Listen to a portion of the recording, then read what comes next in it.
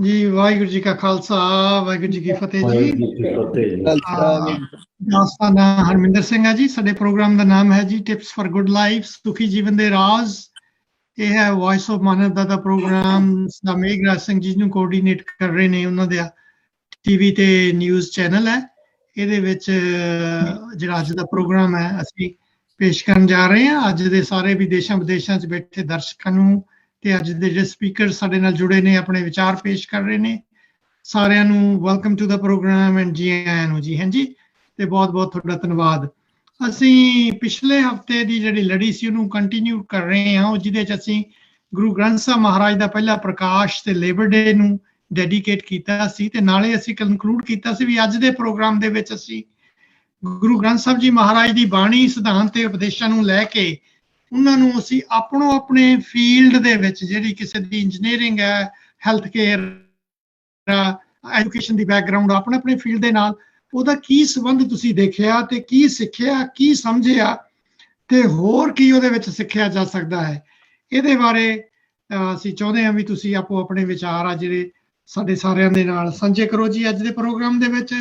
I'll start with saying that that's the background economics, financial management, budget and finance ਦੇ ਨਾਲ ਹੈ। ਤੇ ਮੈਂ ਜੋ ਗੁਰੂ ਗ੍ਰੰਥ ਸਾਹਿਬ ਦੀ ਬਾਣੀ ਦੇ ਵਿੱਚੋਂ ਤੇ ਉਹਨੂੰ ਜਦੋਂ ਮੈਂ ਰਿਲੇਟ ਕਰਦਾ ਕਈ ਚੀਜ਼ਾਂ ਨੂੰ, ਬੜੀਆਂ ਚੀਜ਼ਾਂ ਉੱਭਰ ਕੇ ਆਉਂਦੀਆਂ ਨੇ ਮਹਾਰਾਜ ਦੀ ਬਾਣੀ ਦੇ ਵਿੱਚ। ਜਿਵੇਂ ਕਾਲ ਖਾਏ ਕਿ ਹੱਥ ਆਉਂਦੇ, ਨਾਨਕ ਰਾਹ ਪਛਾਣੇ ਸੇ, ਵੀ ਜ਼ਿੰਦਗੀ ਦਾ ਮਾਰਗ ਇਹੀ ਹੈ ਵੀ ਆਪਦੇ ਮਿਹਨਤ ਕਰ, ਕਮਾਈ ਕਰ ਹੱਕ ਦੀ, ਤੇ ਨਾਲ ਫਿਰ ਆਪਦੇ ਹੱਥੋਂ ਸਰਬੱਤ ਦਾ ਭਲਾ ਵੀ ਲੋਚ ਕੁਛ ਕਰ ਵੀ, ਤੇ ਨਾਲ ਕਹਤਾ ਕਿਰਤ ਕਰਨੀ। ਕਿਰਤ ਕਰਨੀ ਦੇ ਉੱਤੇ ਵੀ ਮਹਾਰਾਜ ਨੇ ਕਹਿਤਾ ਵੀ ਭਾਈ ਕਿਰਤ ਦੇ ਵਿੱਚ ਸੁਚੱਜਤਾ ਚਾਹੀਦੀ ਹੈ। ਕਿਰਤ ਬਿਰਤ ਦੇ ਵਿੱਚ ਤੇਰੀ ਵਿੱਚ ਸੁਚਤਾ ਤੇ ਸੱਚਤਾ, ਸੱਚ ਦਾ ਵੀ ਪ੍ਰਤੀਕ ਹੋਣਾ ਚਾਹੀਦਾ, ਤਾਂ ਕਿ ਤੂੰ ਕਿਰਤ ਦੇ ਵਿੱਚ ਠੱਗੀ ਨਾ ਕਰੇ, ਬੇਈਮਾਨੀ ਨਾ ਕਰੇ, ਪਰਾਇਆ ਹੱਕ ਨਾ ਮਾਰੇ। ਮਹਾਰਾਜ ਕਹਿੰਦੇ ਹੱਕ ਪਰਾਇਆ ਨਾਨਕਾ ਉਸੂਰ ਖਾਏ, ਮਾਨਸ ਖਾਣੇ ਕਰੇ ਨਿਵਾਜ ਤਿਨਕਰ ਬ੍ਰਾਹਮਣ ਪੂਰੇ ਨਾਦ। ਹਾਂਜੀ, ਜਾਂ ਝੂਠ ਬੋਲ ਮਰਦਾਰ ਖਾਏ। ਇਹਨਾਂ ਸਾਰੀਆਂ ਚੀਜ਼ਾਂ ਤੋਂ ਸੰਕੋਚਿਆ ਤੇ ਨਾਲ ਕੀ ਕਰਿਆ ਕਿ ਫਰੀਦਾ ਬੋਲੀ ਹੈ ਸੱਚ ਧਰਮ ਝੂਠ ਨਾ ਬੋਲੀ ਹੈ, ਜੋ ਗੁਰ ਦੱਸੇ ਵਾਟ ਮੁਰੀਦਾਂ ਜੋਲੀ ਹੈ। ਬਈ ਚੇਲੇ ਦਾ ਤਾਂ ਕੰਮ ਉਹੀ ਹੈ ਜੋ ਗੁਰੂ ਦੀ ਸਿੱਖਿਆ ਹੈ ਉਹਦੇ ਤੇ ਆਪਣਾ ਪੂਰਨ ਅਟੁੱਟ ਵਿਸ਼ਵਾਸ ਤੇ ਸ਼ਰਧਾ ਦੇ ਫੁੱਲ ਚੜਾਉਣੇ, ਤੇ ਉੱਚਾ ਸੁੱਚਾ ਆਚਰਣ ਦੇ ਬਾਰੇ ਮਹਾਰਾਜ ਨੇ ਕਹਿਤਾ ਸੱਚੋ ਮੁਰੇ ਸਭ ਕੋ ਉੱਪਰ ਸੱਚ ਆਚਾਰ। ਪਰ ਇਹਨੂੰ ਜੀਵਨ 'ਚ ਕਿਵੇਂ ਲਾਇਆ ਜਾਵੇ, ਜੀਵਨ 'ਚ ਲਾਉਣ ਦੇ ਲਈ ਫਿਰ ਮਹਾਰਾਜ ਨੇ ਸਾਨੂੰ ਉਪਦੇਸ਼ ਦਿੱਤੇ ਨੇ। ਜਿਵੇਂ ਉਹ ਪਿਛਲੀ ਦਫਾ ਗੱਲ ਕੀਤੀ ਸੀ ਵੀ ਉਹ ਮਨਹਾਲੀ ਕਿਰਸਾਣੀ ਕਰਨੀ, ਸਰਮ ਪਾਣੀ ਤਨ ਖੇਤ, ਜਾਂ ਉਹਦੇ 'ਚ ਚਾਰੇ ਤਰ੍ਹਾਂ ਦੀ ਨੌਕਰੀ ਸੀ, ਵਪਾਰ ਸੀ, ਟ੍ਰੇਡਿੰਗ ਸੀ, ਤੇ ਕਿਰਸਾਣੀ ਕਰਨੀ ਸੀ। ਚਾਰਿਆਂ ਨੂੰ ਉਦੋਂ ਦੇ ਜਿਹੜੇ ਫੀਲਡ ਸੀ ਉਹਨਾਂ ਦੇ ਬਾਹਰ ਮਹਾਰਾਜ ਨੇ ਉਪਦੇਸ਼ ਦਿੱਤਾ। ਤੇ ਗੁਰੂ ਗ੍ਰੰਥ ਸਾਹਿਬ ਦੀ ਬਾਣੀ ਜਦੋਂ ਮੈਂ ਇਕਨੋਮਿਕਸ ਦੀ ਬੈਕਗਰਾਉਂਡ ਹੋਣ ਦੇ ਨਾਤੇ ਦੇਖਦਾ, ਮੈਂ ਕਹਿੰਦਾ ਇੱਕ ਪਾਸੇ ਤਾਂ ਪਦਾਰਥਾਂ ਦੀ ਬਹੁਲਤਾ ਹੈ, ਲੇਕਿਨ ਪਦਾਰਥਾਂ ਦੀ ਬਹੁਲਤਾ ਫਿਰ ਵੀ ਤੁਹਾਨੂੰ ਮਾਇਕ ਸੁੱਖ ਤਾਂ ਦੇ ਸਕਦੀ ਹੈ, ਪਰ ਉਹ ਰੂਹਾਨੀ ਖੇੜਾ, ਆਨੰਦ, ਸਹਿਜ, ਸੁੱਖ, ਸ਼ਾਂਤੀ ਉਹ ਨਹੀਂ ਦੇ ਸਕਦੀ। ਮਾਇਆ ਨਾਲ ਨਹੀਂ ਇਹ ਚੀਜ਼ਾਂ ਖਰੀਦੀਆਂ ਜਾ ਸਕਦੀਆਂ। ਮਹਾਰਾਜ ਦੀ ਬਾਣੀ ਇਹ ਸਾਨੂੰ ਕਹਿੰਦੀ ਹੈ।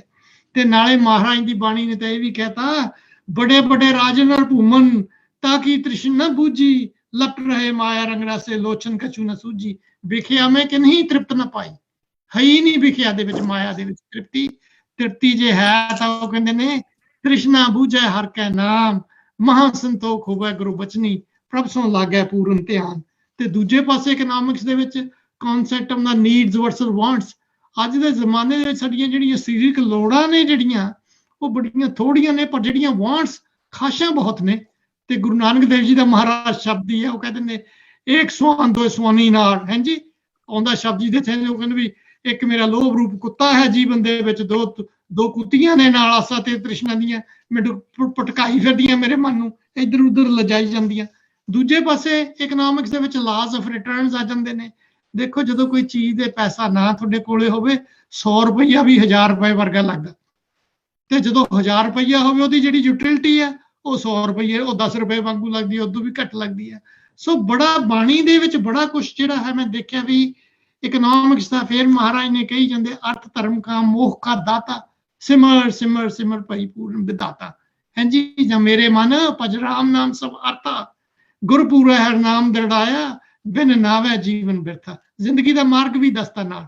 ਸੋ ਆਪੋ ਆਪਣੇ ਜੀਵਨ ਦੇ ਵਿੱਚ ਬੜਾ ਕੁਛ ਸਿੱਖਿਆ ਜਾ ਸਕਦਾ ਅਸੀਂ ਅੱਜ ਚਾਹੁੰਦੇ ਹਾਂ ਜੋ ਵੀ ਤੁਹਾਡੀ ਬੈਕਗ੍ਰਾਉਂਡ ਹੈ, ਤੁਹਾਡੀ ਪ੍ਰੋਫੈਸ਼ਨਲ ਲਾਈਫ ਰਹੀ ਹੈ, ਉਹ ਤੁਸੀਂ ਪਲੀਜ਼ ਸਾਡੇ ਨਾਲ ਸਾਂਝੀ ਕਰੋ, ਰਿਲੇਟ ਕਰੋ ਉਹਨੂੰ, ਬਈ ਤੁਸੀਂ ਕੀ ਸਿੱਖਿਆ, ਤੁਸੀਂ ਕੀ ਸਮਝਿਆ, ਅੱਗੇ ਹੋਰ ਕੀ ਸਿੱਖਿਆ ਜਾ ਸਕਦਾ, ਤਾਂ ਕਿ ਸਾਰੇ ਬੰਦੇ ਜਿਹੜੇ ਨੇ ਅਸੀਂ ਜਿਹੜੇ ਅੱਜ ਸੁਣ ਰਹੇ ਨੇ, ਸੁਣਾ ਰਹੇ ਨੇ, ਉਹਨਾਂ ਦੇ ਜੀਵਨ ਦੇ ਵਿੱਚੋਂ ਇਹ ਚੀਜ਼ਾਂ ਸਿੱਖ ਕੇ ਗੁਰੂ ਮਹਾਰਾਜ ਦੀ ਬਾਣੀ ਨੂੰ ਅੱਜ ਦੇ ਟਾਈਮ ਦੇ ਵਿੱਚ ਹੋਰ ਵੀ ਰੂਹਾਨੀਅਤ ਦੇ ਪੱਖ ਨੂੰ ਨਾਲ ਨਾਲ ਅਸੀਂ ਦੁਨਿਆਵੀ ਪੱਖ ਦੇ ਵਿੱਚ ਵੀ ਕਿੱਥੋਂ ਰੋਸ਼ਨੀ ਲੈ ਕੇ, ਕਿਉਂਕਿ ਗੁਰਬਾਣੀ ਇਸ ਜਗ ਮੈਂ ਚਾਨਣ, ਤੋਂ ਚਾਨਣ ਅਸੀਂ ਲੈ ਕੇ ਕਿਵੇਂ ਰੋਸ਼ਨਾ ਸਕਦੇ ਹਾਂ, ਆਪਦੇ ਜੀਵਨ ਨੂੰ ਉੱਚਾ ਸੁੱਚਾ ਤੇ ਸੁਚੱਜਾ ਬਣਾ ਸਕਦੇ ਹਾਂ।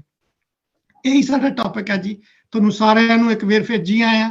ਸੋ ਮੈਂ ਪਹਿਲਾਂ ਸ਼ੁਰੂ ਕਰਾਂਗਾ ਅੱਜ ਆਪਣੇ ਕੋਲੇ, ਸਾਡੇ ਕੋਲੇ ਤੇ ਧਾਰਮਿਕ ਪੱਖ ਤੋਂ ਗਿਆਨੀ ਧਰਮ ਸਿੰਘ ਜੀ ਹੁਣਾਂ ਨੂੰ ਕਹਾਂਗਾ, ਬਈ ਤੁਸੀਂ ਜੀ ਧਾਰਮਿਕ ਪੱਖ ਤੋਂ ਦੱਸੋ, ਤੁਸੀਂ ਜੋ ਸੇਵਾ ਕੀਤੀ ਹੈ ਤੇ ਇਸ ਨਾਲ ਗੁਰੂ ਗ੍ਰੰਥ ਸਾਹਿਬ ਦੀ ਬਾਣੀ ਨਾਲ ਜੀਵਨ ਵਿੱਚ ਰਿਲੇਟ। ਉਸ ਤੋਂ ਬਾਅਦ ਸਰਦਾਰ ਜਗਤਾਰ ਸਿੰਘ ਜੀ ਫਰੋਮ ਦਿੱਲੀ ਤੋਂ, ਤੁਸੀਂ ਤਿਆਰ ਰਹਿਣਾ ਜੀ ਆਪਦਾ ਸਾਇੰਸ ਦਾ ਪਰਸਪੈਕਟਿਵ ਦੇਣ ਲਈ। ਹਾਂਜੀ ਗਿਆਨੀ ਧਰਮ ਸਿੰਘ ਜੀ, ਵਾਹਿਗੁਰੂ ਜੀ ਕਾ ਖਾਲਸਾ, ਵਾਹਿਗੁਰੂ ਜੀ ਕੀ ਫਤਿਹ। ਦੱਸੋ ਜੀ ਅੱਗੇ 5 ਮਿੰਟਾਂ ਲਈ ਆਪਣੇ ਵਿਚਾਰ। ਹਾਂਜੀ। ਸਤਿਗੁਰੂ ਸਾਹਿਬ ਜੀ ਨੇ ਕਿਰਪਾ ਕੀਤੀ ਹੈ, ਜਿਹੜੀ ਗੁਰਬਾਣੀ ਹੈ, ਸਤਿਗੁਰੂ ਜੀ ਨੇ ਆਪਣੇ ਬਾਣੀ ਦੇ ਵਿੱਚੋਂ ਸਾਨੂੰ ਬਹੁਤ ਕੁਝ ਮਿਲਦਾ। ਗੁਰਬਾਣੀ ਇਸ ਜਗ ਮੈਂ ਚਾਨਣ ਕਰਮ ਵਸੈ ਮਨ ਆਏ। ਤਾਂ ਇਹ ਕਿਉਂਕਿ ਜਿੱਥੋਂ ਤੱਕ ਧਾਰਮਿਕ ਜੀਵਨ ਦਾ ਸੰਬੰਧ ਆ, ਗੁਰਬਾਣੀ ਦੇ ਅੰਦਰ ਇੱਕ ਕਰਤੇ ਪੁਰਖ ਵਾਹਿਗੁਰੂ ਜੀ ਦੀ ਗੱਲ ਆ, ਤੇ ਉਹ ਮਰਨ ਉਹਦੇ ਗੁਣਾਂ ਨੂੰ ਆਪਣੇ ਜੀਵਨ ਚ ਲੈ ਕੇ ਉਹਦੀ ਜੋਤ ਸਾਰੀ ਮਨੁੱਖਤਾ ਦੇ ਵਿੱਚ ਦੇਖਣੀ, ਇਹ ਧਾਰਮਿਕ ਪੱਖ ਤੋਂ ਸਭ ਤੋਂ ਵੱਡਾ ਇਹੋ ਹੀ ਆ, ਕਿਉਂਕਿ ਹਰ ਇੱਕ ਧਰਮ ਜਿਹੜਾ ਉਹ ਪਰਮਾਤਮਾ ਦੇ ਨਾਲ ਰਿਲੇਟਡ ਆ। ਤੇ ਇਸ ਕਰਕੇ ਵਾਹਿਗੁਰੂ ਜੀ ਦੀ ਜੋਤ ਸਾਰਿਆਂ ਦੇ ਵਿੱਚ ਇੱਕੋ ਜਿਹੀ ਸਭ ਥਾਵਾਂ ਤੇ ਸਦਾ ਵਾਸਤੇ, ਤੇ ਉਹਨੂੰ ਯਾਦ ਚ ਰੱਖਣਾ, ਉਹਦੇ ਗੁਣਾਂ ਨੂੰ ਆਪਣੇ ਜੀਵਨ ਚ ਲੈ ਕੇ ਆਉਣਾ, ਇਹ ਤੇ ਹੈਗਾ। ਜਿੱਥੋਂ ਤੱਕ ਬਾਕੀ ਵੱਖਰੇ ਵੱਖਰੇ ਮਜ਼ਹਬਾਂ ਧਰਮਾਂ ਦੇ ਵਿੱਚ ਚੰਗੀਆਂ ਗੱਲਾਂ ਵੀ ਆ ਵਿੱਚ, ਕਰਮ ਕਾਂਡ ਤੇ ਜਿਹੜਾ ਕਿ ਮਨੁੱਖ ਨੂੰ ਸਹੀ ਰਸਤੇ ਤੋਂ ਭਟਕਾ ਵੀ ਦਿੰਦਾ ਆ, ਉਹਨਾਂ ਦਾ ਵੀ ਸਾਰਿਆਂ ਦਾ ਜ਼ਿਕਰ ਕੀਤਾ ਗਿਆ। ਉਦਾਹਰਨ ਵਜੋਂ ਸਤਿਗੁਰੂ ਸਾਹਿਬ ਜੀ ਦੇ ਵੇਲੇ 3 ਧਰਮ ਜਿਹੜੇ ਬੜੇ ਪ੍ਰਚਲਿਤ ਸੀਗੇ, ਜਿਨ੍ਹਾਂ ਦੇ ਵਿੱਚ ਹਿੰਦੂ ਧਰਮ, ਮੁਸਲਮਾਨ ਤੇ ਜੋਗੀਆਂ ਦਾ ਪ੍ਰਭਾਵ ਸੀ। ਤਿੰਨਾਂ ਦੇ ਬਾਰੇ ਗੁਰੂ ਸਾਹਿਬ ਜੀ ਨੇ ਜ਼ਿਕਰ ਕੀਤਾ ਆ ਬਾਣੀ ਦੇ ਵਿੱਚ, ਜਦੋਂ ਉਹ ਫਰਮਾਉਂਦੇ ਨੇ ਕਿ ਜਿਹੜਾ ਕਾਦੀ ਕੂੜ ਬੋਲ ਮਲ ਖਾਏ, ਬਾਮਣ ਨਾਵੇ ਜੀਆਂ ਘਾਏ, ਜੋਗੀ ਜੁਗਤ ਨਾ ਜਾਣੈ ਅੰਧ, ਤੀਨੇ ਉਜਾੜੇ ਕਾ ਬੰਦ।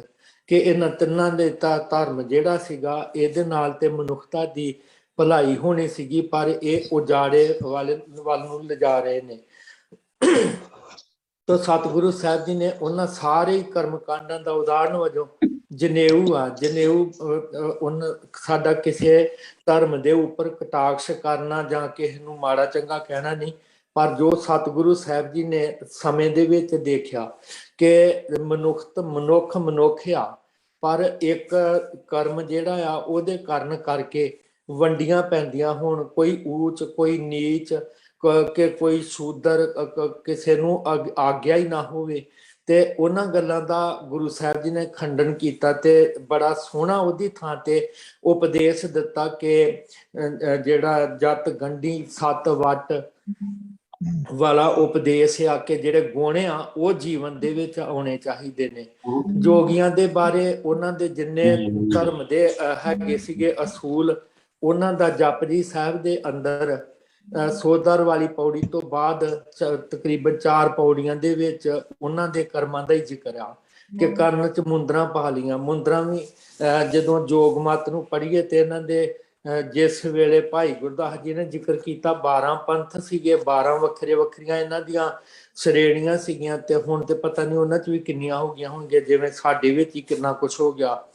ਤਾਂ ਗੁਰੂ ਸਾਹਿਬ ਜੀ ਨੇ ਉਹਨਾਂ ਦਾ ਜ਼ਿਕਰ ਕੀਤਾ ਕਿ ਉਹ ਮੁੰਦਰਾਂ ਪਾਉਂਦੇ ਸੀਗੇ, ਤੇ ਉਹ ਮੁੰਦਰਾਂ ਵੀ ਵੱਖਰੇ ਇਹਨਾਂ ਦੇ ਜਿਹੜੇ ਹੈਗੇ ਸੀਗੇ ਸ਼੍ਰੇਣੀਆਂ, ਉਹਦੇ ਵਿੱਚ ਕੋਈ ਇਹਦੀਆਂ ਪਾਉਂਦਾ ਪਿੱਤਲ ਦੀਆਂ, ਕੋਈ ਤਾਂਬੇ ਦੀਆਂ, ਕੋਈ ਲੱਕੜੀ ਦੀਆਂ, ਕੋਈ ਕੱਚ ਦੀਆਂ, ਵੱਖਰੇ ਇਹਨਾਂ ਦੇ ਹੈਗੇ। ਫਿਰ ਸਰੀਰ ਦੇ ਉੱਪਰ ਚਿੰਨ੍ਹ ਬਣਾਉਂਦੇ, ਤੇ ਗੁਰੂ ਸਾਹਿਬ ਜੀ ਨੇ ਉਹਨਾਂ ਦੀ ਥਾਂ ਤੇ ਵੀ ਕਿਹਾ ਮੁੰਦਾਂ ਸੰਤੋਖ, ਸ਼ਰਮ ਪਤ ਝੋਲੀ, ਧਿਆਨ ਕੀ ਕਰਹਿ ਬੇਭੂਤ, ਖਿੰਥਾ ਕਾਲ, कुआरी काया जुगत डंडा प्रतीत आई पंथी सगल जमाती मन जीता जग जीत आदेश तिसा आदेश आद अनील अनाद अनाहत जुग जुग एको वेस। क्योंकि ਜਦੋਂ ਇੱਕ ਦੂਸਰੇ ਨੂੰ ਮਿਲਦੇ ਨੇ ਤੇ ਆਦੇਸ਼ ਕਰਦੇ ਨੇ ਤੇ ਗੁਰੂ ਜੀ ਕਹਿੰਦੇ ਆਦੇਸ਼ ਤੇ ਜਿਹੜੀ ਨਮਸਕਾਰ ਉਹ ਤੇ ਕਰਤੇ ਪੁਰਖ ਵਾਹਿਗੁਰੂ ਨਹੀਂ ਹੋਣੀ ਚਾਹੀਦੀ ਆ, ਜਿਹਦਾ ਆਦ ਅੰਤ ਨਹੀਂ ਆ ਕੋਈ। ਇਸੇ ਤਰ੍ਹਾਂ ਹੀ ਭੁਗਤ ਗਿਆਨ ਦਇਆ ਭੰਡਾਰਨ ਇਹ ਜਦੋਂ ਕਿਤੇ ਇਕੱਠੇ ਹੁੰਦੇ ਨੇ ਫਿਰ ਇਹ ਚੂਰਮਾ ਬਣਾ ਕੇ ਤੇ ਉਹਨੂੰ ਪ੍ਰਸਾਦ ਦੇ ਤੌਰ ਤੇ ਵੰਡਦੇ ਨੇ। ਤੇ ਗੁਰੂ ਸਾਹਿਬ ਜੀ ਨੇ ਕਿਹਾ ਭੁਗਤ ਗਿਆਨ ਦਇਆ ਭੰਡਾਰਨ ਘਟ ਘਟ ਵਾਜਹ ਨਾਦ ਆਪ ਨਾਥ ਨਾਥੀ ਸਭ ਜਾ ਕੀ ਰਿੱਧ ਸਿੱਧਾ ਵਰਾ ਸਾਧ। ਭਾਵ ਉਹਨਾਂ ਦੇ ਸਾਰੇ ਹੀ ਉਹ ਜਿਹੜੇ ਹੈਗੇ ਸੀਗੇ ਵੱਖਰੇ ਵੱਖਰੇ ਕਰਮ ਕਾਂਡ ਜੇ ਉਹਨਾਂ ਦਾ ਜ਼ਿਕਰ ਗੁਰੂ ਸਾਹਿਬ ਜੀ ਨੇ ਕਰਕੇ ਤੇ ਦੱਸਿਆ ਕਿ ਗੁਣਾਂ ਨੂੰ ਜੀਵਨ ਦੇ ਵਿੱਚ ਲੈ ਕੇ ਆਉਣਾ, ਪ੍ਰਮਾਤਮਾ ਮਨੁੱਖਤਾ ਦੇ ਨਾਲ ਪਿਆਰ ਪਾਣਾ, ਇਹੋ ਹੀ ਧਰਮ ਦਾ ਸਭ ਤੋਂ ਵੱਡਾ ਕਰਮ ਆ।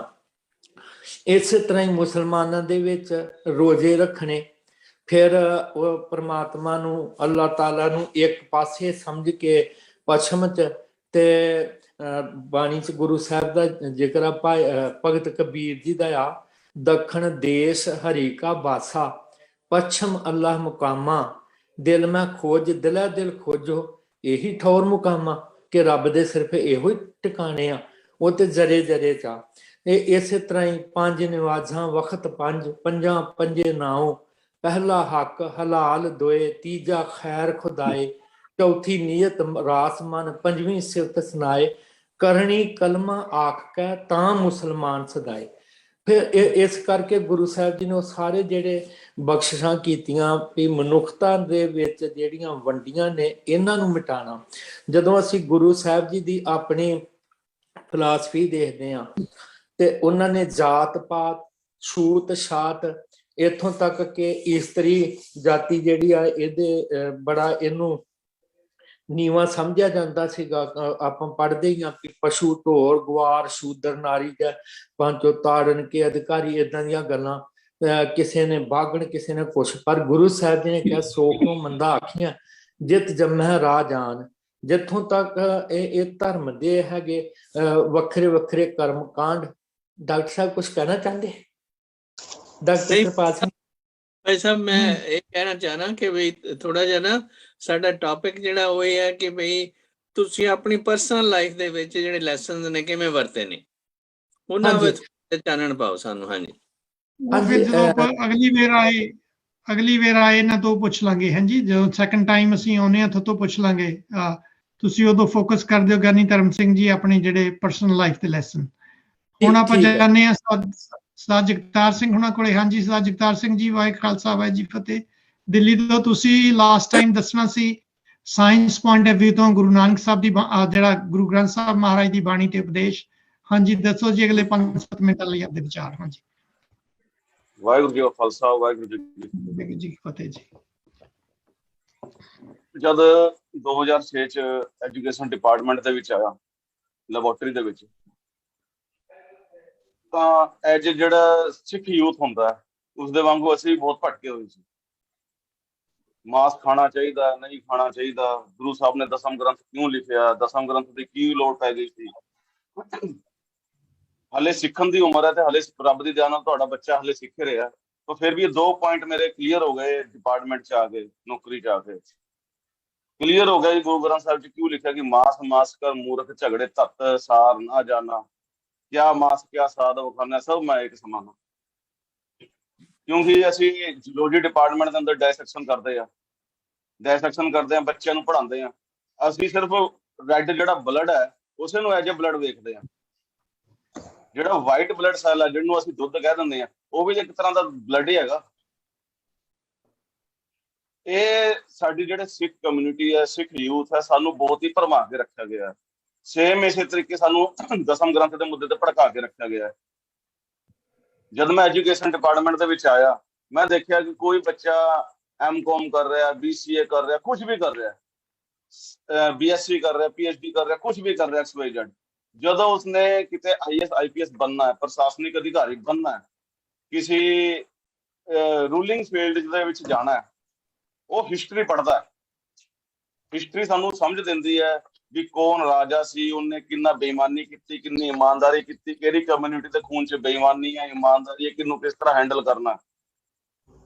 ਦੇਖਿਆ ਜਾਏ ਸਾਰਾ ਮੈਟਰ ਦਸਮ ਗ੍ਰੰਥਾਂ ਦਾ ਮੈਟਰ ਤਾਂ ਹੈਗਾ, ਧਰਮ ਯੁੱਧ ਕੇ ਚਾਹੇ, ਰਾਜ ਕਿੱਦਾਂ ਕਾਇਮ ਕਰਨਾ, ਕਿਹੜੀ ਕਮਿਊਨਿਟੀ ਨੂੰ ਕਿੱਦਾਂ ਸਮਝਣਾ। ਜਿਹੜਾ ਗੁਰੂ ਗ੍ਰੰਥ ਸਾਹਿਬ ਜੀ ਹੈ ਉਹਦੇ ਵਿੱਚ ਸਿਰਫ ਅਧਿਆਤਮ ਦੀ ਗੱਲ ਹੈ, ਪਰਮਾਰਥ ਦੀ ਗੱਲ ਹੈ, ਪਰ ਖਾਲਸੇ ਨੇ ਰਾਜ ਕਿੱਦਾਂ ਕਰਨਾ, ਖਾਲਸੇ ਨੇ ਕਿਸੇ ਕਮਿਊਨਿਟੀ ਨੂੰ ਸਮਝਣਾ ਕਿੱਦਾਂ ਹੈ, ਕੌਣ ਚੀਟਿੰਗ ਕਰਦਾ ਹੈ।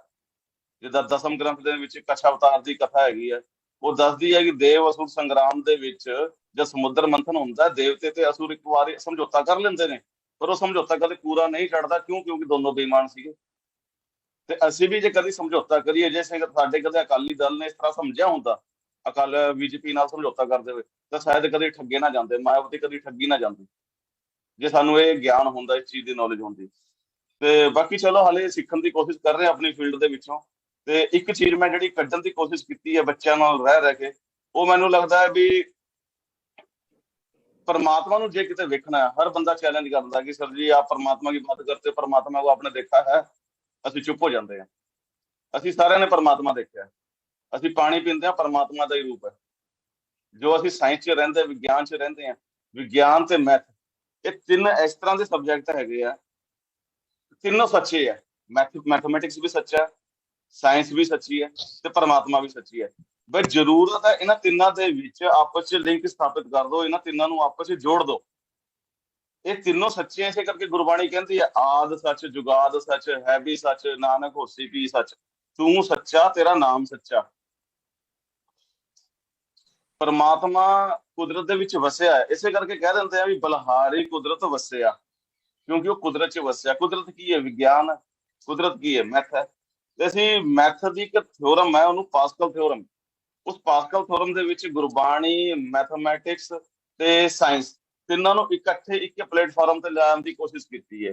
ਕਿਉਂਕਿ ਸਾਡੇ ਇੰਡੀਆ ਦਾ ਜਿਹੜਾ ਸਿਸਟਮ ਹੈ ਨਾ, ਵਿਦਵਾਨਾਂ ਦਾ ਕਹਿਣਾ ਹੈ, ਵਿਦਵਾਨ ਇਹ ਮੰਨਦੇ ਆ ਕਿ ਜੇ ਕਿਤੇ ਬੱਚੇ ਨੂੰ ਨਾ ਉਹਦੀ ਮਾਤ ਭਾਸ਼ਾ 'ਚ ਕੋਈ ਵੀ ਸਿੱਖਿਆ ਦਿੱਤੀ ਜਾਏ ਤਾਂ ਬੱਚੇ ਜ਼ਿਆਦਾ ਕਾਮਯਾਬ ਹੁੰਦੇ ਆ।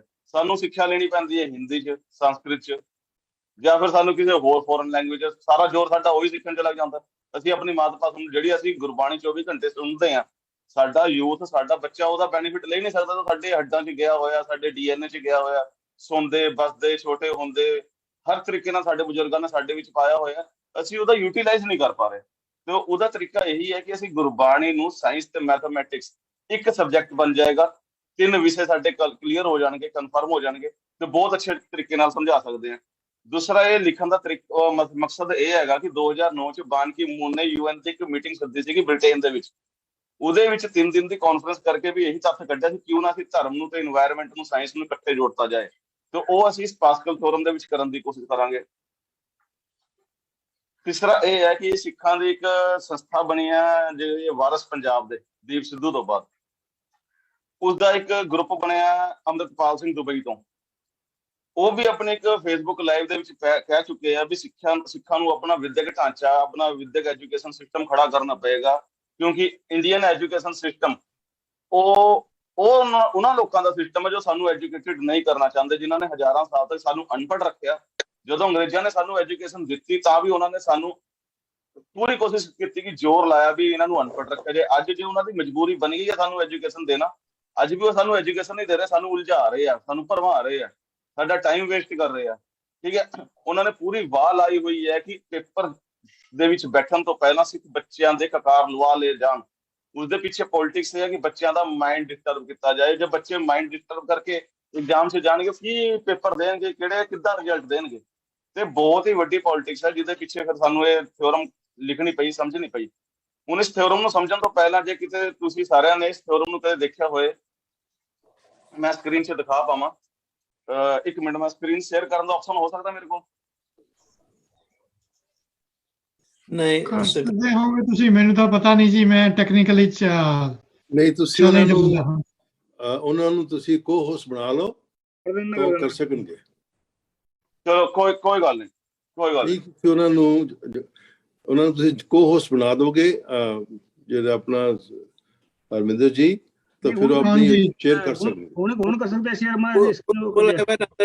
we'll have another time Jagtar Singh, ਇਹ ਜਿਹੜਾ ਕੋ ਹੋਸਟ ਵਾਲਾ ਕੰਮ ਹੈ ਨਾ, ਹੁਣ ਜਰਾ ਲੋਕ ਆ, ਅਸੀਂ ਅਨਾੜੀ ਲੋਕ ਆ, ਸਾਤੋਂ ਹੋਣਾ ਨਹੀਂ ਹੈ। ਹਾਂਜੀ, ਟਾਈਮ ਬੜਾ ਵੇਸਟ ਹੋ ਇਹ ਜਾਂਦਾ। ਕੰਮ ਮੈਂ ਵੀ ਨਹੀਂ ਕਦੇ ਕੀਤਾ ਜੀ।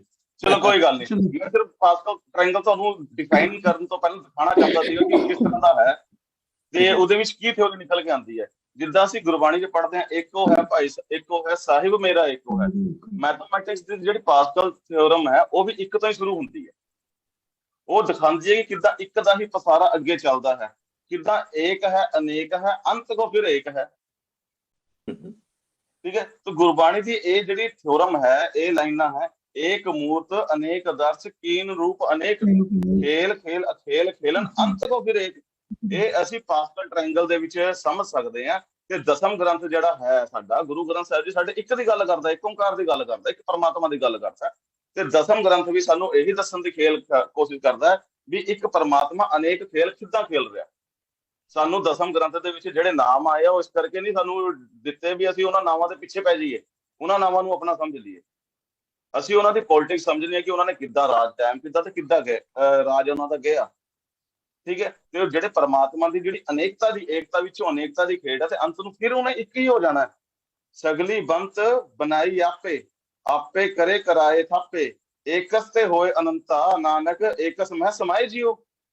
ਇਹ ਖੇਡ ਅਸੀਂ ਪਾਸਕਲ ਦੇ ਟ੍ਰਾਇੰਗਲ ਦੇ ਵਿੱਚ ਸਮਝ ਸਕਦੇ ਹਾਂ।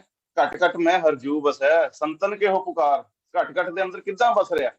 ਠੀਕ ਹੈ, ਹੁਣ ਅਸੀਂ ਇੱਕ ਤਾਂ ਗੱਲ ਸਮਝ ਗਏ ਵੀ ਇੱਕ ਤੋਂ ਹੀ ਸਾਰਾ ਪਸਾਰਾ ਸ਼ੁਰੂ ਹੁੰਦਾ ਹੈ। ਜਦ ਵੀ ਅਸੀਂ ਇਸ ਬਾਰੇ ਕੋਈ ਗੱਲ ਕਰਦੇ ਹਾਂ ਤਾਂ ਅਗਲਾ ਸਵਾਲ ਇਹ ਆਉਂਦਾ ਹੈ ਕਿ ਸਰ ਇਸ ਤੋਂ ਇੱਕ ਤੋਂ ਪਹਿਲਾਂ ਕੀ ਹੈ। ਠੀਕ ਹੈ, ਇਹਨੂੰ ਤੁਸੀਂ ਕਿੱਦਾਂ ਡਿਫਾਈਨ ਕਰੋਗੇ। ਜੇ ਇਹਨੂੰ ਡਿਫਾਈਨ ਕਰੀਏ ਤਾਂ ਇੱਕ ਤੋਂ ਪਹਿਲਾਂ ਦੋ ਅਵਸਥਾਵਾਂ ਆਉਂਦੀਆਂ। ਇੱਕ ਆਉਂਦੀ ਹੈ ਮੈਥਮੈਟਿਕਸ ਦੇ ਹਿਸਾਬ ਨਾਲ 0 0, ਵਿਗਿਆਨ ਦੇ ਵਿੱਚ ਉਹਨੂੰ ਅੰਡਾਕਾਰ ਬੋਲਦੇ ਆ। ਜਦ ਸੰਸਾਰ ਅੰਡਮਈ ਸੀਗਾ, ਐਗ ਦੇ ਹਿਸਾਬ ਨਾਲ ਪਿਆ ਸੀ। ਤੇ ਗੁਰਬਾਣੀ ਉਸ ਅਵਸਥਾ ਨੂੰ ਕਹਿੰਦੀ ਹੈ ਸੁੰਨ ਅਵਸਥਾ, ਜਿਸ ਨੂੰ ਗੁਰਬਾਣੀ ਉਸ ਅਵਸਥਾ ਦੇ ਵਿੱਚ ਕਹਿੰਦੀ ਹੈ ਵੀ ਸੁੰਨੇ ਦੇ ਵਿੱਚ ਅਸੀਂ ਅਭੇਦ ਹੋਣਾ ਹੈ। ਗੁਰਬਾਣੀ ਉਸ ਅਵਸਥਾ ਦੇ ਵਿੱਚ ਕਹਿੰਦੀ ਹੈ ਵੀ ਪਰਮਾਤਮਾ ਦਾ ਨਾਮ ਲਿੱਤੀ ਸੁਨਾਹਰ। ਸੁਨਾਹਰ ਜਿਹੜਾ ਗੁਰਬਾਣੀ 'ਚ ਪਰਮਾਤਮਾ ਦਾ ਨਾਮ ਆਇਆ ਹੈ, ਉਹ ਉਸ ਅਵਸਥਾ ਦੇ ਵਿੱਚ ਪਰਮਾਤਮਾ ਦਾ ਨਾਮ ਆਇਆ ਜਦੋਂ ਸੁੰਨ ਅਵਸਥਾ ਦੇ ਵਿੱਚ ਪਿਆ। ਠੀਕ ਹੈ, ਤੇ ਦੂਸਰੀ ਦੇ ਵਿੱਚ ਅਵਸਥਾ ਆਉਂਦੀ ਹੈ, ਉਹ ਆਉਂਦੀ ਹੈ ਜਦੋਂ ਉਹ ਸੁੰਨ ਅਵਸਥਾ ਟੁੱਟਦੀ ਹੈ, ਭੰਗ ਹੁੰਦੀ ਹੈ, ਜਿਹਨੂੰ ਵਿਗਿਆਨ ਦੇ ਵਿੱਚ ਕਹਿੰਦੇ ਆ ਬਿਗ ਬੈਂਡ ਥਿਓਰੀ।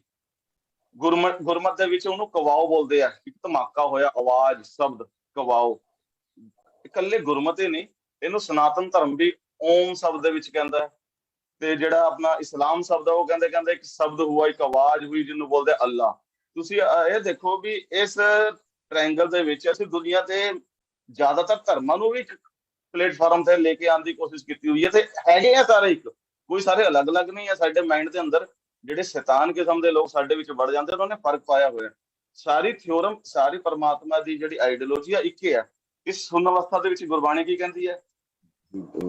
ਥੋੜੀ ਓਮ ਸਾਧ ਸਤਿਗੁਰ ਨਮਸਕਾਰੰ, ਆਦ ਮਦ ਅੰਤ ਨਿਰੰਕਾਰੰ, ਆਪੈ ਸੁਨ ਆਪੈ ਸੁਖ ਆਸਨ, ਆਪੇ ਸੁਨਤ ਆਪ ਹੀ ਜਾਸਨ, ਆਪਨ ਆਪ ਆਪ ਉਪਾਇਓ, ਆਪੇ ਬਾਪ ਆਪ ਹੀ ਮਾਇਓ, ਆਪੇ ਸੁਖਮ ਆਪੇ ਅਸਥੁਲਾ, ਲਖੀ ਨਾ ਜਾਏ ਨਾਨਕ ਦਿਲਾ।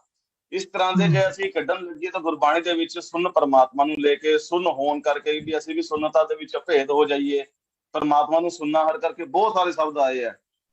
ਆਪੇ ਹੀ ਸਬਕਤ ਅੰਤਰੇ, ਆਪੇ ਹੀ ਬਾਹਰ, ਆਪੇ ਹੀ ਗੁਪਤ ਵਰਤਦਾ, ਆਪੇ ਹੀ ਜਾਹਰ, ਜਗ 36 ਗੁਬਾਰ ਕਰ ਵਰਤਿਆ, ਸੁਨਾਹਰ। ਇੱਥੇ ਸੁਨਾਹਰ ਸ਼ਬਦ ਆਇਆ।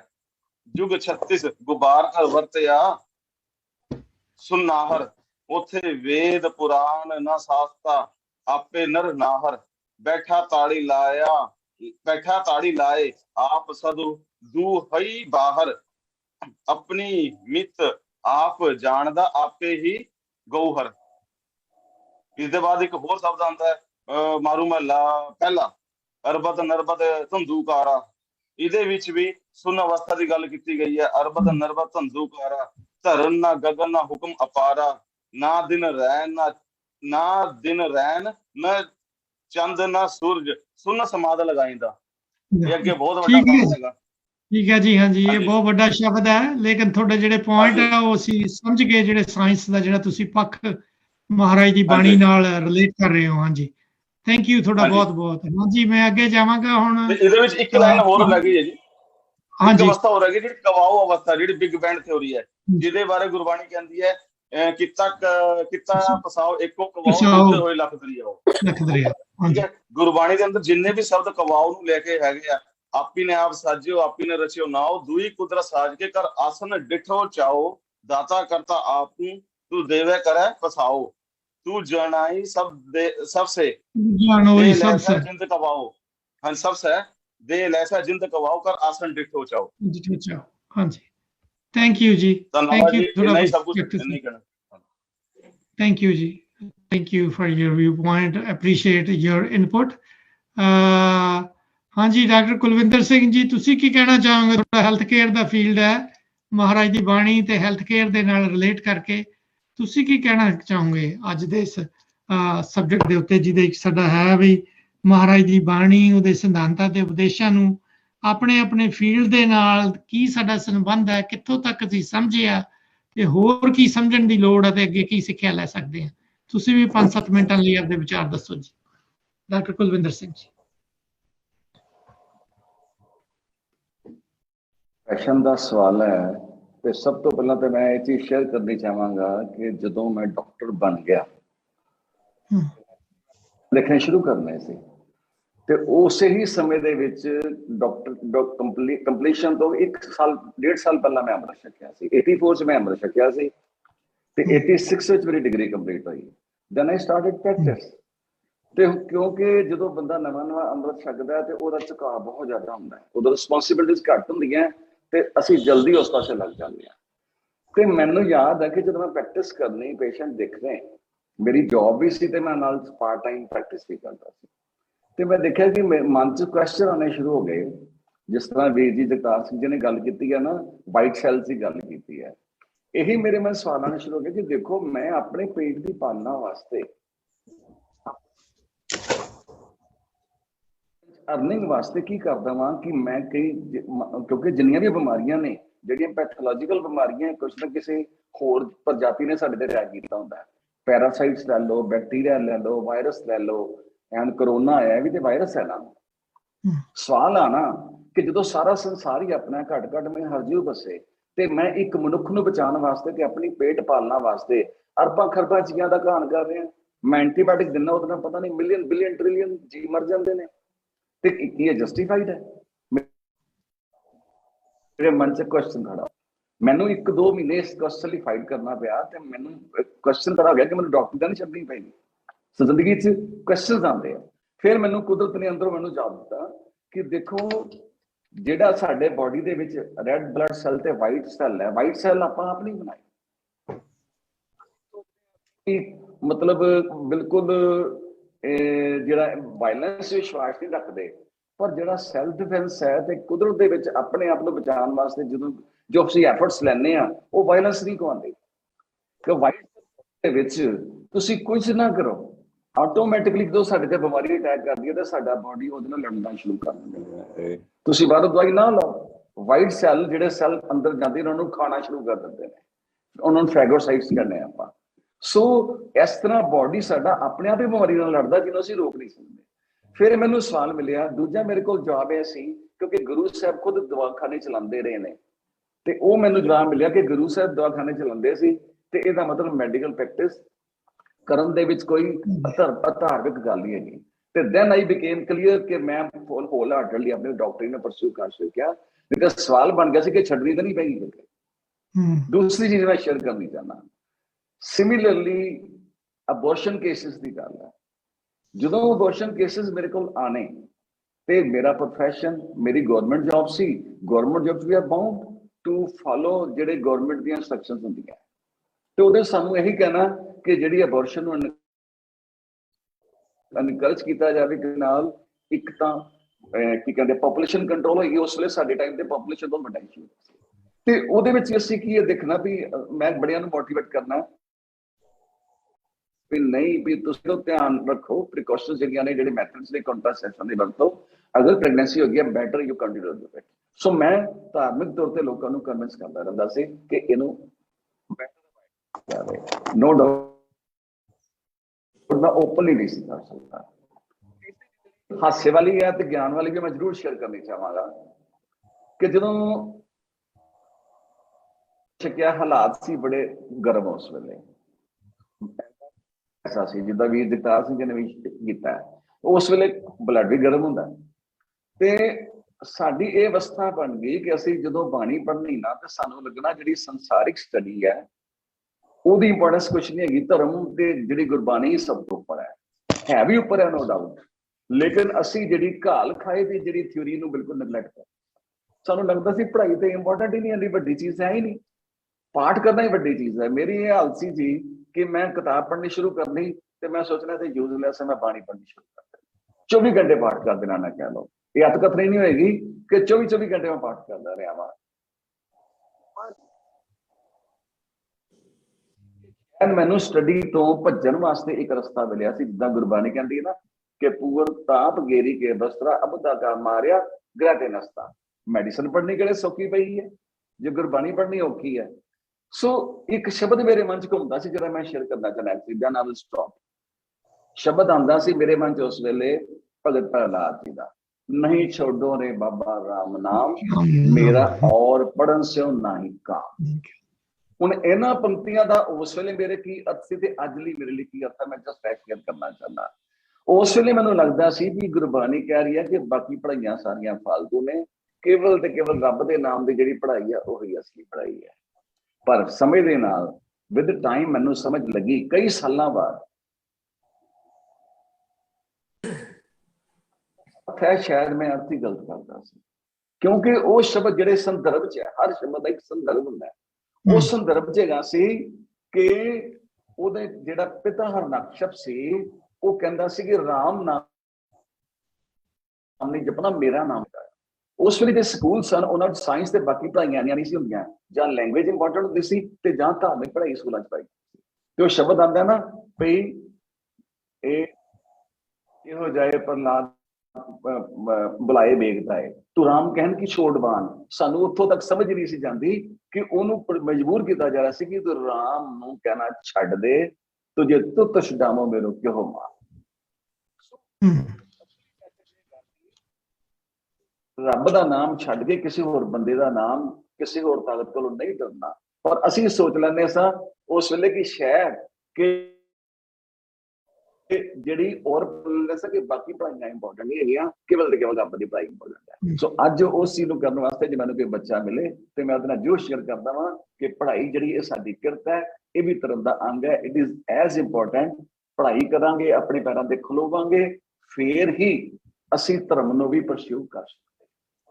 ਬਿਲਕੁਲ ਜੀ, ਬਿਲਕੁਲ ਜੀ, ਬਿਊਟੀਫੁਲੀ ਸੈਡ। ਥੈਂਕ ਯੂ ਤੁਹਾਡੇ ਪਰਸਪੈਕਟਿਵ ਦਾ, ਬਹੁਤ ਅੱਛਾ ਜੀ। ਹਾਂਜੀ ਭੈਣ ਜੀ ਦਲਜੀਤ ਕੌਰ ਤੇ ਜਬੀਰ ਭਰਾ ਜੀ, ਜਗਤਾਰ ਸਿੰਘ ਤੁਸੀਂ ਕੀ ਕਹਿਣਾ ਚਾਹੋਗੇ ਅਗਲੇ 5 ਮਿੰਟਾਂ ਲਈ? ਆਪਦੇ ਫੀਲਡ ਦੇ ਬੇਸ ਤੇ ਤੁਸੀਂ ਦੋਨੋਂ ਐਜੂਕੇਸ਼ਨਿਸਟ ਰਹੇ ਹੋ, ਐਜੂਕੇਸ਼ਨ ਦੇ ਫੀਲਡ। ਵਾਹਿਗੁਰੂ ਜੀ ਕਾ ਖਾਲਸਾ, ਵਾਹਿਗੁਰੂ ਜੀ ਕੀ ਫਤਿਹ। ਮੈਂ ਗੁਰੂ ਗ੍ਰੰਥ ਸਾਹਿਬ ਦੀ ਟੀਚਿੰਗਸ ਨੂੰ ਫੋਲੋ ਕਰਨ ਦੀ ਪੂਰੀ ਕੋਸ਼ਿਸ਼ ਕੀਤੀ ਹੈ ਆਪਣੇ ਟੀਚਿੰਗ ਪੀਰੀਅਡ ਦੇ ਵਿੱਚ। ਟੀਚਰ ਰਹੀ ਹਾਂ ਜਦ ਕਿ ਇੱਕ ਤਾਂ ਸਭ ਤੋਂ ਵੱਡੀ ਗੱਲ ਕਿ ਬੱਚਿਆਂ ਨੂੰ ਇਕੁਐਲਿਟੀ,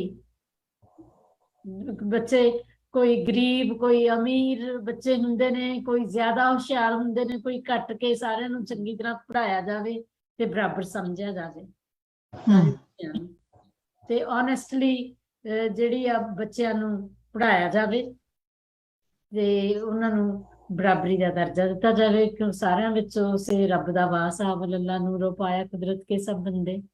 ਤੇ ਆਪਣੇ ਘਰੋਂ ਸਟੱਡੀ ਕਰਕੇ ਚੰਗੀ ਤਰ੍ਹਾਂ ਪੜ੍ਹਾਈ ਕਰਕੇ ਬੱਚਿਆਂ ਨੂੰ ਓਨੈਸਟਲੀ ਪੜ੍ਹਾਇਆ ਜਾਵੇ।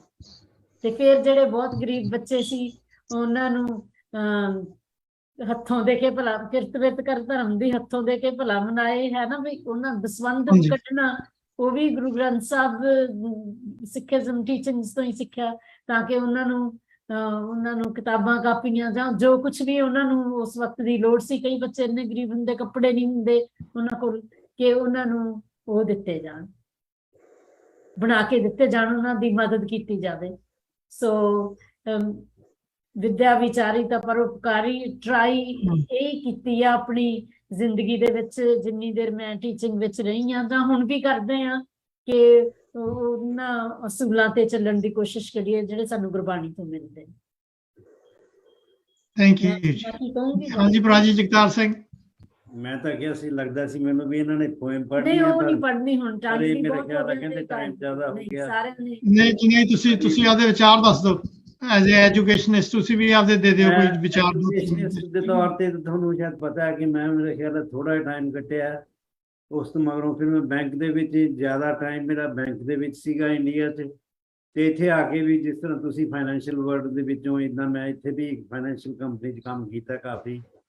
ਲੇਕਿਨ ਬੈਂਕ ਦੇ ਵਿੱਚ ਕੰਮ ਕਰਨ ਦੇ ਨਾਲ, ਜਿਵੇਂ ਆਪਾਂ ਕਹਿੰਦੇ ਹਾਂ ਗੁਰਬਾਣੀ ਦੇ ਵਿੱਚ ਆਪਾਂ ਨੂੰ ਸੇਧ ਮਿਲਦੀ ਹੈ ਕਿ ਧਰਮ ਦੀ ਕਿਰਤ ਕਰੋ, ਜਿਹਦੇ ਵਿੱਚ ਕਿ ਸੱਚਾਈ ਸਭ ਨੂੰ ਜ਼ਰੂਰੀ ਹੈ। ਮੇਰੇ ਕੋਲੇ ਬੈਂਕ ਦੇ ਵਿੱਚ ਬੰਦੇ ਆਉਂਦੇ ਸੀ, ਫॉर एग्जांपल ਕੋਈ ਉਹਨਾਂ ਨੇ ਕੋਈ ਅਕਾਊਂਟ ਖੋਲ੍ਹਣਾ ਹੈ ਜਾਂ ਕੋਈ ਫਿਕਸ ਡਿਪੋਜ਼ਿਟ ਰਿਸੀਟ ਬਣਵਾਉਣੀ ਹੈ, ਤੇ ਮੇਰੇ ਦਿਮਾਗ 'ਚ ਹੁੰਦਾ ਸੀ ਕਿ ਮੈਂ ਪਹਿਲਾਂ ਇਹਨਾਂ ਦਾ ਦੇਖਾਂ ਵੀ ਇਹਨਾਂ ਦਾ ਗੋਲ ਕੀ ਹੈ ਲਾਈਫ ਦੇ ਵਿੱਚ, ਇਹ FDR ਕਿਉਂ ਬਣਾਉਣੀ ਚਾਹੁੰਦੇ ਨੇ, ਇਹਨਾਂ ਨੂੰ ਇਨਕਮ ਚਾਹੀਦੀ ਹੈ, ਕਰੰਟ ਇਨਕਮ ਚਾਹੀਦੀ ਹੈ, ਜਾਂ ਕਿ ਲੌਂਗ ਟਰਮ ਗਰੋਥ ਭਾਲਦੇ ਨੇ। ਸੋ ਮੈਂ ਉਹਨਾਂ ਚੀਜ਼ਾਂ ਨੂੰ ਐਨਾਲਾਈਜ਼ ਕਰਕੇ ਉਹਨਾਂ ਨੂੰ ਬਿਲਕੁਲ ਕਲੀਅਰ ਤੇ ਸੱਚੀ ਜਿਹੜੀ ਐਡਵਾਈਸ ਮੈਂ ਦੇਣੀ ਉਹਨਾਂ ਨੂੰ, ਤਾਂ ਕਿ ਉਹਨਾਂ ਦਾ ਸਾਡੇ ਬੈਂਕ ਦੇ ਵਿੱਚ ਟਰਸਟ ਵੀ ਬਣੇ, ਤੇ ਨਾਲੇ ਐਜ਼ ਐਨ EMPLOYE ਵੀ ਉਹ ਕਹਿਣ ਕਿ ਵੀ ਇਹਨਾਂ ਨੇ ਸਾਨੂੰ ਗਾਈਡ ਠੀਕ ਕੀਤਾ, ਸਹੀ ਕੀਤਾ। ਉਹ ਕੀ ਹੁੰਦਾ ਸੀ ਕਿ ਜਦ ਫਿਰ ਕਈ ਦਫਾ ਹੋਣਾ ਕਿ ਮੈਂ ਸਪੋਜ਼ਿੰਗ ਕਿਸੇ ਨੂੰ FDR ਬਣਾ ਕੇ ਦਿੱਤੀ, ਉਹਦੇ ਨਾਲ ਗੱਲਾਂ ਬਾਤਾਂ ਕਰਨੀਆਂ, ਉਹਨਾਂ ਨਾਲ ਕਾਈਂਡ ਆਫ ਰਿਲੇਸ਼ਨਸ਼ਿਪ ਕਾਇਮ ਹੋ ਜਾਂਦਾ ਸੀ। ਉਸ ਤੋਂ ਮਗਰੋਂ ਵੀ ਜੇ ਉਹਨਾਂ ਨੇ ਕਦੇ 6 ਮਹੀਨੇ ਜਾਂ 2 ਮਹੀਨੇ ਮਗਰੋਂ ਕੋਈ ਬੈਂਕ ਦਾ ਕੋਈ ਕੰਮ ਹੋਣਾ ਜਾਂ ਕੋਈ ਦੁਬਾਰਾ ਕੋਈ ਹੋਰ FDR ਬਣਾਉਣੀ, ਤਾਂ ਉਹਨਾਂ ਨੇ ਆ ਕੇ ਪੁੱਛਣਾ ਕਿ ਜੇ ਮੈਂ ਉੱਥੇ ਨਹੀਂ ਹੋਣਾ, ਮੰਨ ਲਓ ਮੈਂ ਛੁੱਟੀ ਤੇ ਗਿਆ ਹੋਇਆ, ਕਿ ਜਗਤਾਰ ਸਿੰਘ ਕਿੱਥੇ ਗਏ ਜੀ, ਕਿ ਉਹ ਛੁੱਟੀ ਤੇ ਅੱਜ ਕੱਲ੍ਹ ਨੂੰ ਆਉਣਗੇ, ਅੱਛਾ ਜੀ ਮੈਂ ਕੱਲ੍ਹ ਨੂੰ ਆਊਂਗਾ। ਇੰਨਾ ਟਰਸਟ ਬਣ ਜਾਂਦਾ ਉਹਨਾਂ ਦਾ। ਹਾਲਾਂਕਿ FDR ਉਹੀ ਮੈਂ ਬਣਾ ਕੇ ਦੇਣੀ ਹੈ, ਉਹੀ ਕਿਸੇ ਹੋਰ ਨੇ ਬਣਾ ਕੇ ਦੇਣੀ ਹੈ, ਲੇਕਿਨ ਕਿਉਂਕਿ ਗੱਲਾਂ ਬਾਤਾਂ ਦੇ ਨਾਲ ਵਿਸ਼ਵਾਸ ਇੰਨਾ ਹੋ ਜਾਂਦਾ ਕਿ ਉਹਨਾਂ ਨੂੰ ਸੀ ਕਿ ਨਹੀਂ ਵੀ ਮੈਂ ਉਹਨਾਂ ਦੇ ਕੋਲੋਂ ਹੀ ਬਣਾਉਣੀ। ਧਰਮ ਦੀ ਕਿਰਤ ਕਰਨ ਦੇ ਵਿੱਚ ਸੱਚਾਈ ਤੇ ਓਨੈਸਟੀ ਤੇ ਟਰਸਟ, ਜਿਹੜਾ ਰਿਲੇਸ਼ਨਸ਼ਿਪ ਤੁਹਾਡਾ ਬਣਦਾ ਸੀ, ਉਹ ਬਹੁਤ ਜ਼ਰੂਰੀ ਸੀਗਾ। ਤੇ ਇਸੇ ਤਰੀਕੇ ਨਾਲ ਜਦ ਮੈਂ ਇੱਥੇ ਅਮਰੀਕਾ 'ਚ ਆਇਆ, ਤੇ ਇੱਥੇ ਵੀ ਕੰਮ ਫਾਈਨੈਂਸ਼ੀਅਲ ਵਰਲਡ ਦੇ ਵਿੱਚ ਹੀ ਜ਼ਿਆਦਾ ਕੀਤਾ, ਤਕਰੀਬਨ 20 ਸਾਲ ਇੱਥੇ ਵੀ ਉਹ ਕੰਪਨੀ 'ਚ ਕੰਮ ਕੀਤਾ, ਤੇ ਸਾਬਤ ਸੂਰਤ ਰਹਿ ਕੇ ਕੰਮ ਕੀਤਾ। ਤੇ ਜਿਹੜੀ ਸੁਪਰਵਾਈਜ਼ਰ ਨੇ ਮੈਨੂੰ ਜਦ ਹਾਇਰ ਕੀਤਾ, ਤੇ ਕੁਆਲੀਫਿਕੇਸ਼ਨ ਚਲੋ ਸਾਡੀ ਠੀਕ ਸੀਗੀ, ਸਾਰਾ ਕੁਝ ਠੀਕ ਸੀ, ਐਕਸਪੀਰੀਅੰਸ ਪਹਿਲਾਂ ਤਾਂ ਘੱਟ ਸੀਗਾ ਕਿਉਂਕਿ ਅਮਰੀਕਨ ਐਕਸਪੀਰੀਅੰਸ ਨਹੀਂ ਸੀਗਾ, ਲੇਕਿਨ ਉਹਨਾਂ ਨੇ ਹਾਇਰ ਮੈਨੂੰ ਲੋਅਰ ਲੈਵਲ ਤੇ ਕੀਤਾ। ਵਿਦਿਨ 6 ਮੰਥ ਮੇਰੀ ਪ੍ਰਮੋਸ਼ਨ ਕੀਤੀ, ਤੇ ਮੈਂ ਆਪਣੀ ਬੌਸ ਨੂੰ ਪੁੱਛਿਆ, ਮੈਂ ਕਿਹਾ ਬਈ ਠੀਕ ਹੈ ਮੇਰੀ ਕੁਆਲੀਫਿਕੇਸ਼ਨ ਵੀ ਇੱਥੇ ਦੀ ਹੋ ਗਈ ਹੈ, ਹੁਣ ਸਾਰਾ ਕੁਝ ਇੱਥੇ ਦਾ, ਵੀ ਤੈਨੂੰ ਵਾਈ ਡਿਡ ਯੂ ਹਾਇਰ ਮੀ, ਤੂੰ ਮੈਨੂੰ। ਤੇ ਉਹਦਾ ਜਵਾਬ ਇਹ ਸੀਗਾ ਕਿ ਵੀ ਮੈਨੂੰ ਸਭ ਤੋਂ ਵੱਡਾ ਇਹ ਲੱਗਿਆ ਕੰਮ ਵੀ ਤੂੰ ਆਪਣੇ ਧਰਮ ਦੇ ਵਿੱਚ ਇੰਨਾ ਫੇਥਫੁਲ ਹੈਗਾ, ਤੇ ਤੂੰ ਕੰਪਨੀ ਦੇ ਵਾਸਤੇ ਵੀ ਇੰਨਾ ਤੂੰ ਜ਼ਿਆਦਾ ਫੇਥਫੁਲ ਹੋਏਗਾ। ਸੋ ਮੈਂ ਤਾਂ ਤੁਹਾਨੂੰ ਹਾਇਰ ਕੀਤਾ apart from your qualification and experience. So ਧਰਮ ਦੇ ਵਿੱਚ ਤੁਸੀਂ ਆਪਣੇ ਪੱਕੇ ਰਹੋ, ਓਨੈਸਟਲੀ ਕੰਮ ਕਰੋ, ਤੇ ਟਰਸਟ ਬਣਾਉਣ ਦੀ ਕੋਸ਼ਿਸ਼ ਕੀਤੀ। ਕਹਿੰਦੇ ਨੇ ਨਾ, ਜਿਹੜਾ ਸ਼ਵਾਸ ਹੈ ਤੁਹਾਡਾ ਜਾਂ ਸਾਹ ਨੇ, ਉਹਦੇ ਨਾਲ ਤੁਹਾਡਾ ਸਰੀਰ ਚੱਲਦਾ, ਲੇਕਿਨ ਜਿਹੜਾ ਤੁਹਾਡਾ ਟਰਸਟ ਹੈ ਉਹਦੇ ਨਾਲ ਤੁਹਾਡਾ ਰਿਲੇਸ਼ਨਸ਼ਿਪ ਬਣਦਾ।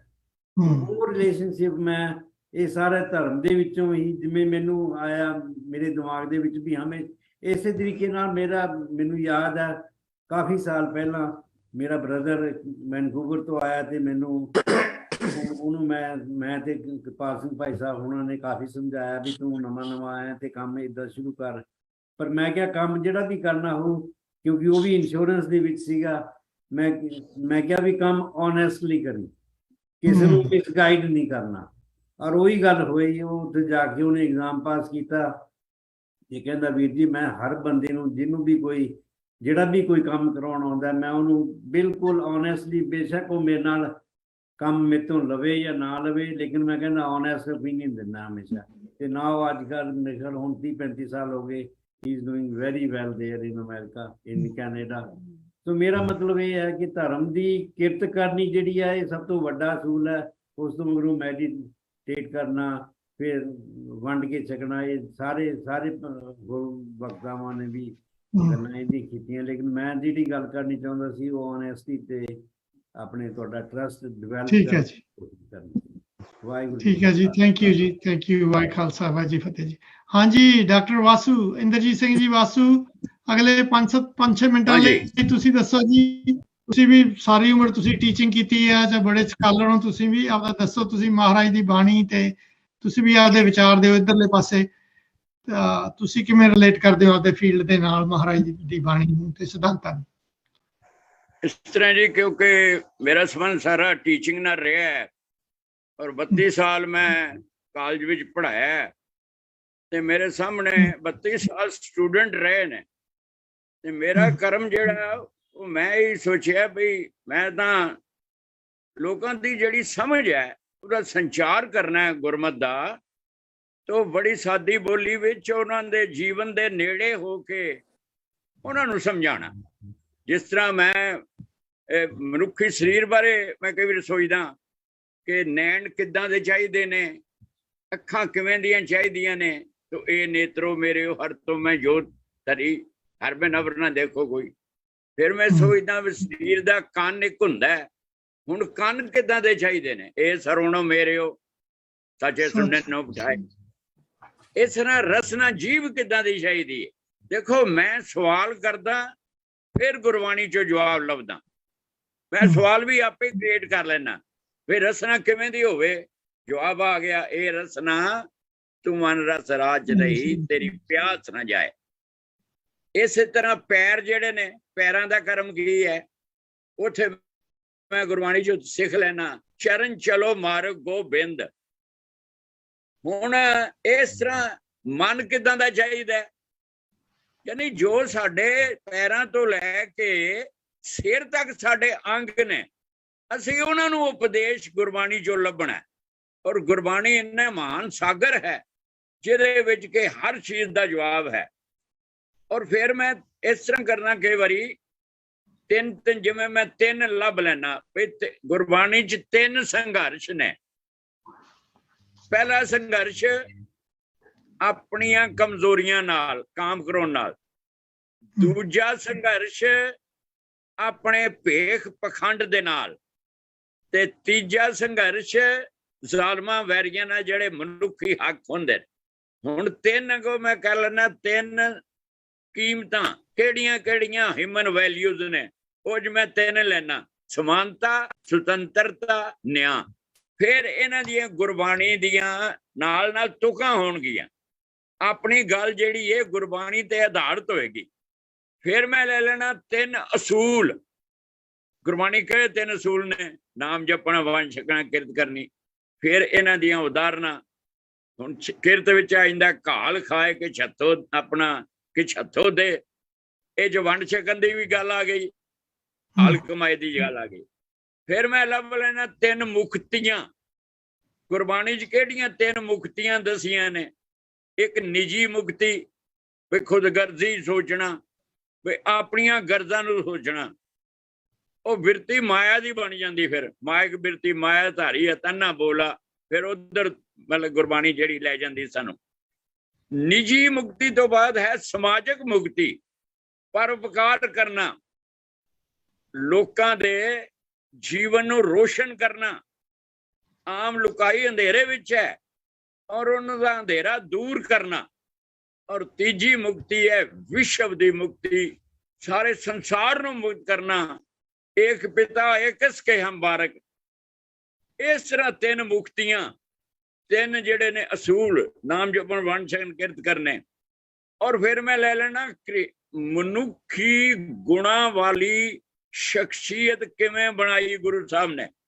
ਜਿਵੇਂ ਪਹਿਲਾ ਹੈ ਘਰੇਲੂ ਜੀਵਨ। ਘਰੇਲੂ ਜੀਵਨ ਕਿਵੇਂ ਸੰਪੂਰਨ ਹੋਣਾ? ਮਾਈ ਬਾਪ ਪੁੱਤ ਸਭ ਹਰ ਕੇ ਕੀਏ, ਸਭਨਾ ਕੋ ਸੰਬੰਧ ਹਰ ਕਰ ਦਈਏ। ਇਹਨਾਂ ਦੇ ਵਿੱਚ ਇੱਕ ਕੋਮਲ ਪਿਆਰ ਦੀ ਭਾਵਨਾ ਪੈਦਾ ਹੋ ਜਾਏਗੀ ਜੇ ਅਸੀਂ ਇਹ ਕਵਾਂਗੇ ਕਿ ਹਰੀ ਨੇ ਸੰਬੰਧ ਬਣਾਏ ਨੇ। ਇਸ ਤਰ੍ਹਾਂ ਮਨੁੱਖ ਦੇ ਵਿੱਚ ਸਬਰ ਦੀ ਬੜੀ ਕੀਮਤ ਹੈ। ਸਬਰ ਇਹ ਸੁਭਾਓ ਜੇ ਕੋ ਬੰਦਾ ਦਿੜ ਕਰੇ, ਵੱਧ ਛੀਵੇਂ ਦਰਿਆਓ ਟੁੱਟ ਨਾ ਥੀਵੇ ਵਾੜਾ। ਤੋ ਸਬਰ ਦੇ ਨਾਲ ਸਮੁੰਦਰਾਂ ਵਰਗੀ, ਦਰਿਆਵਾਂ ਵਰਗੀ ਸ਼ਖਸੀਅਤ ਪੈਦਾ ਹੁੰਦੀ ਹੈ। ਮਨੁੱਖ ਜਿਹੜਾ ਸਾਰੇ ਸੰਸਾਰ ਦੇ ਉੱਤੇ ਸੋਚਣਾ ਸ਼ੁਰੂ ਕਰਦਾ ਹੈ। ਫਿਰ ਇੱਕ ਮਨੁੱਖੀ ਗੁਣ ਹੁੰਦਾ ਚੜ੍ਹਦੀ ਕਲਾ। ਵੀ ਚੜ੍ਹਦੀ ਕਲਾ ਤੋਂ ਬਿਨਾਂ ਗੱਲ ਨਹੀਂ ਬਣਦੀ। ਚੜ੍ਹਦੀ ਕਲਾ ਵੀ ਇੱਕ ਵਿਗਿਆਨ ਹੈ ਜਿਹਦੀ ਕੋਈ ਕੀਮਤ ਨਹੀਂ। ਚੜ੍ਹਦੀ ਕਲਾ ਲਈ ਉਦਾਹਰਨਾਂ ਬਹੁਤ ਨੇ। ਜਾਕਾ ਮੀਰ ਸਾਜਨ ਹੈ ਸਮੀਆਂ, ਤਿਸ ਜਨ ਕੋ ਕਾਕੀ ਕਮੀਆਂ। ਫਿਰ ਜੀਵਨ ਵਿੱਚ ਹੋਏ ਹੋਰ ਗੁਣ ਵੀ ਚਾਹੀਦਾ, ਕੁਰਬਾਨੀ ਦਾ, ਜੇ ਤੋ ਪ੍ਰੇਮ ਖਿਲਨ ਕਾ ਚਾਹੋ। ਫਿਰ ਜੇਤੂ ਪ੍ਰਕਿਰਤੀ तेरे नाए रत्ते से जिण गए, हार गए से ठगन वालिया। ये दृढ़ विश्वास चाहिए कि तेरे नाम नूं जिहड़े लगे ने वो जितणगे। इस तरह मनुखी जीवन च कोमलता की बड़ी वैल्यू है। एक फिक्का ना गला है सबना में सच्चा धनी। इस तरह अखीर ते मैं कहना चाहांगा कि एक जुल्मून मिस्री होया अरब दे विच विद्वान है।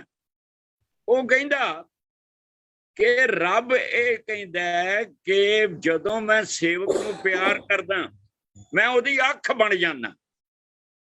रब की कहता है?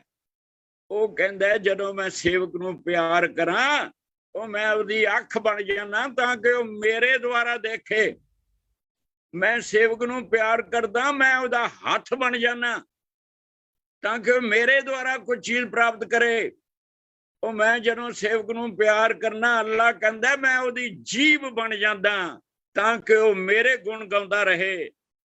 ते अल्लाह कहंदा मैं उहदे पैर बन जांदा ताकि वो मेरे वल तुरदा रहे। ये सारा जिहड़ा लेखा जोखा है मनुख दा ये इंद्रियां ते निर्भर करदा है।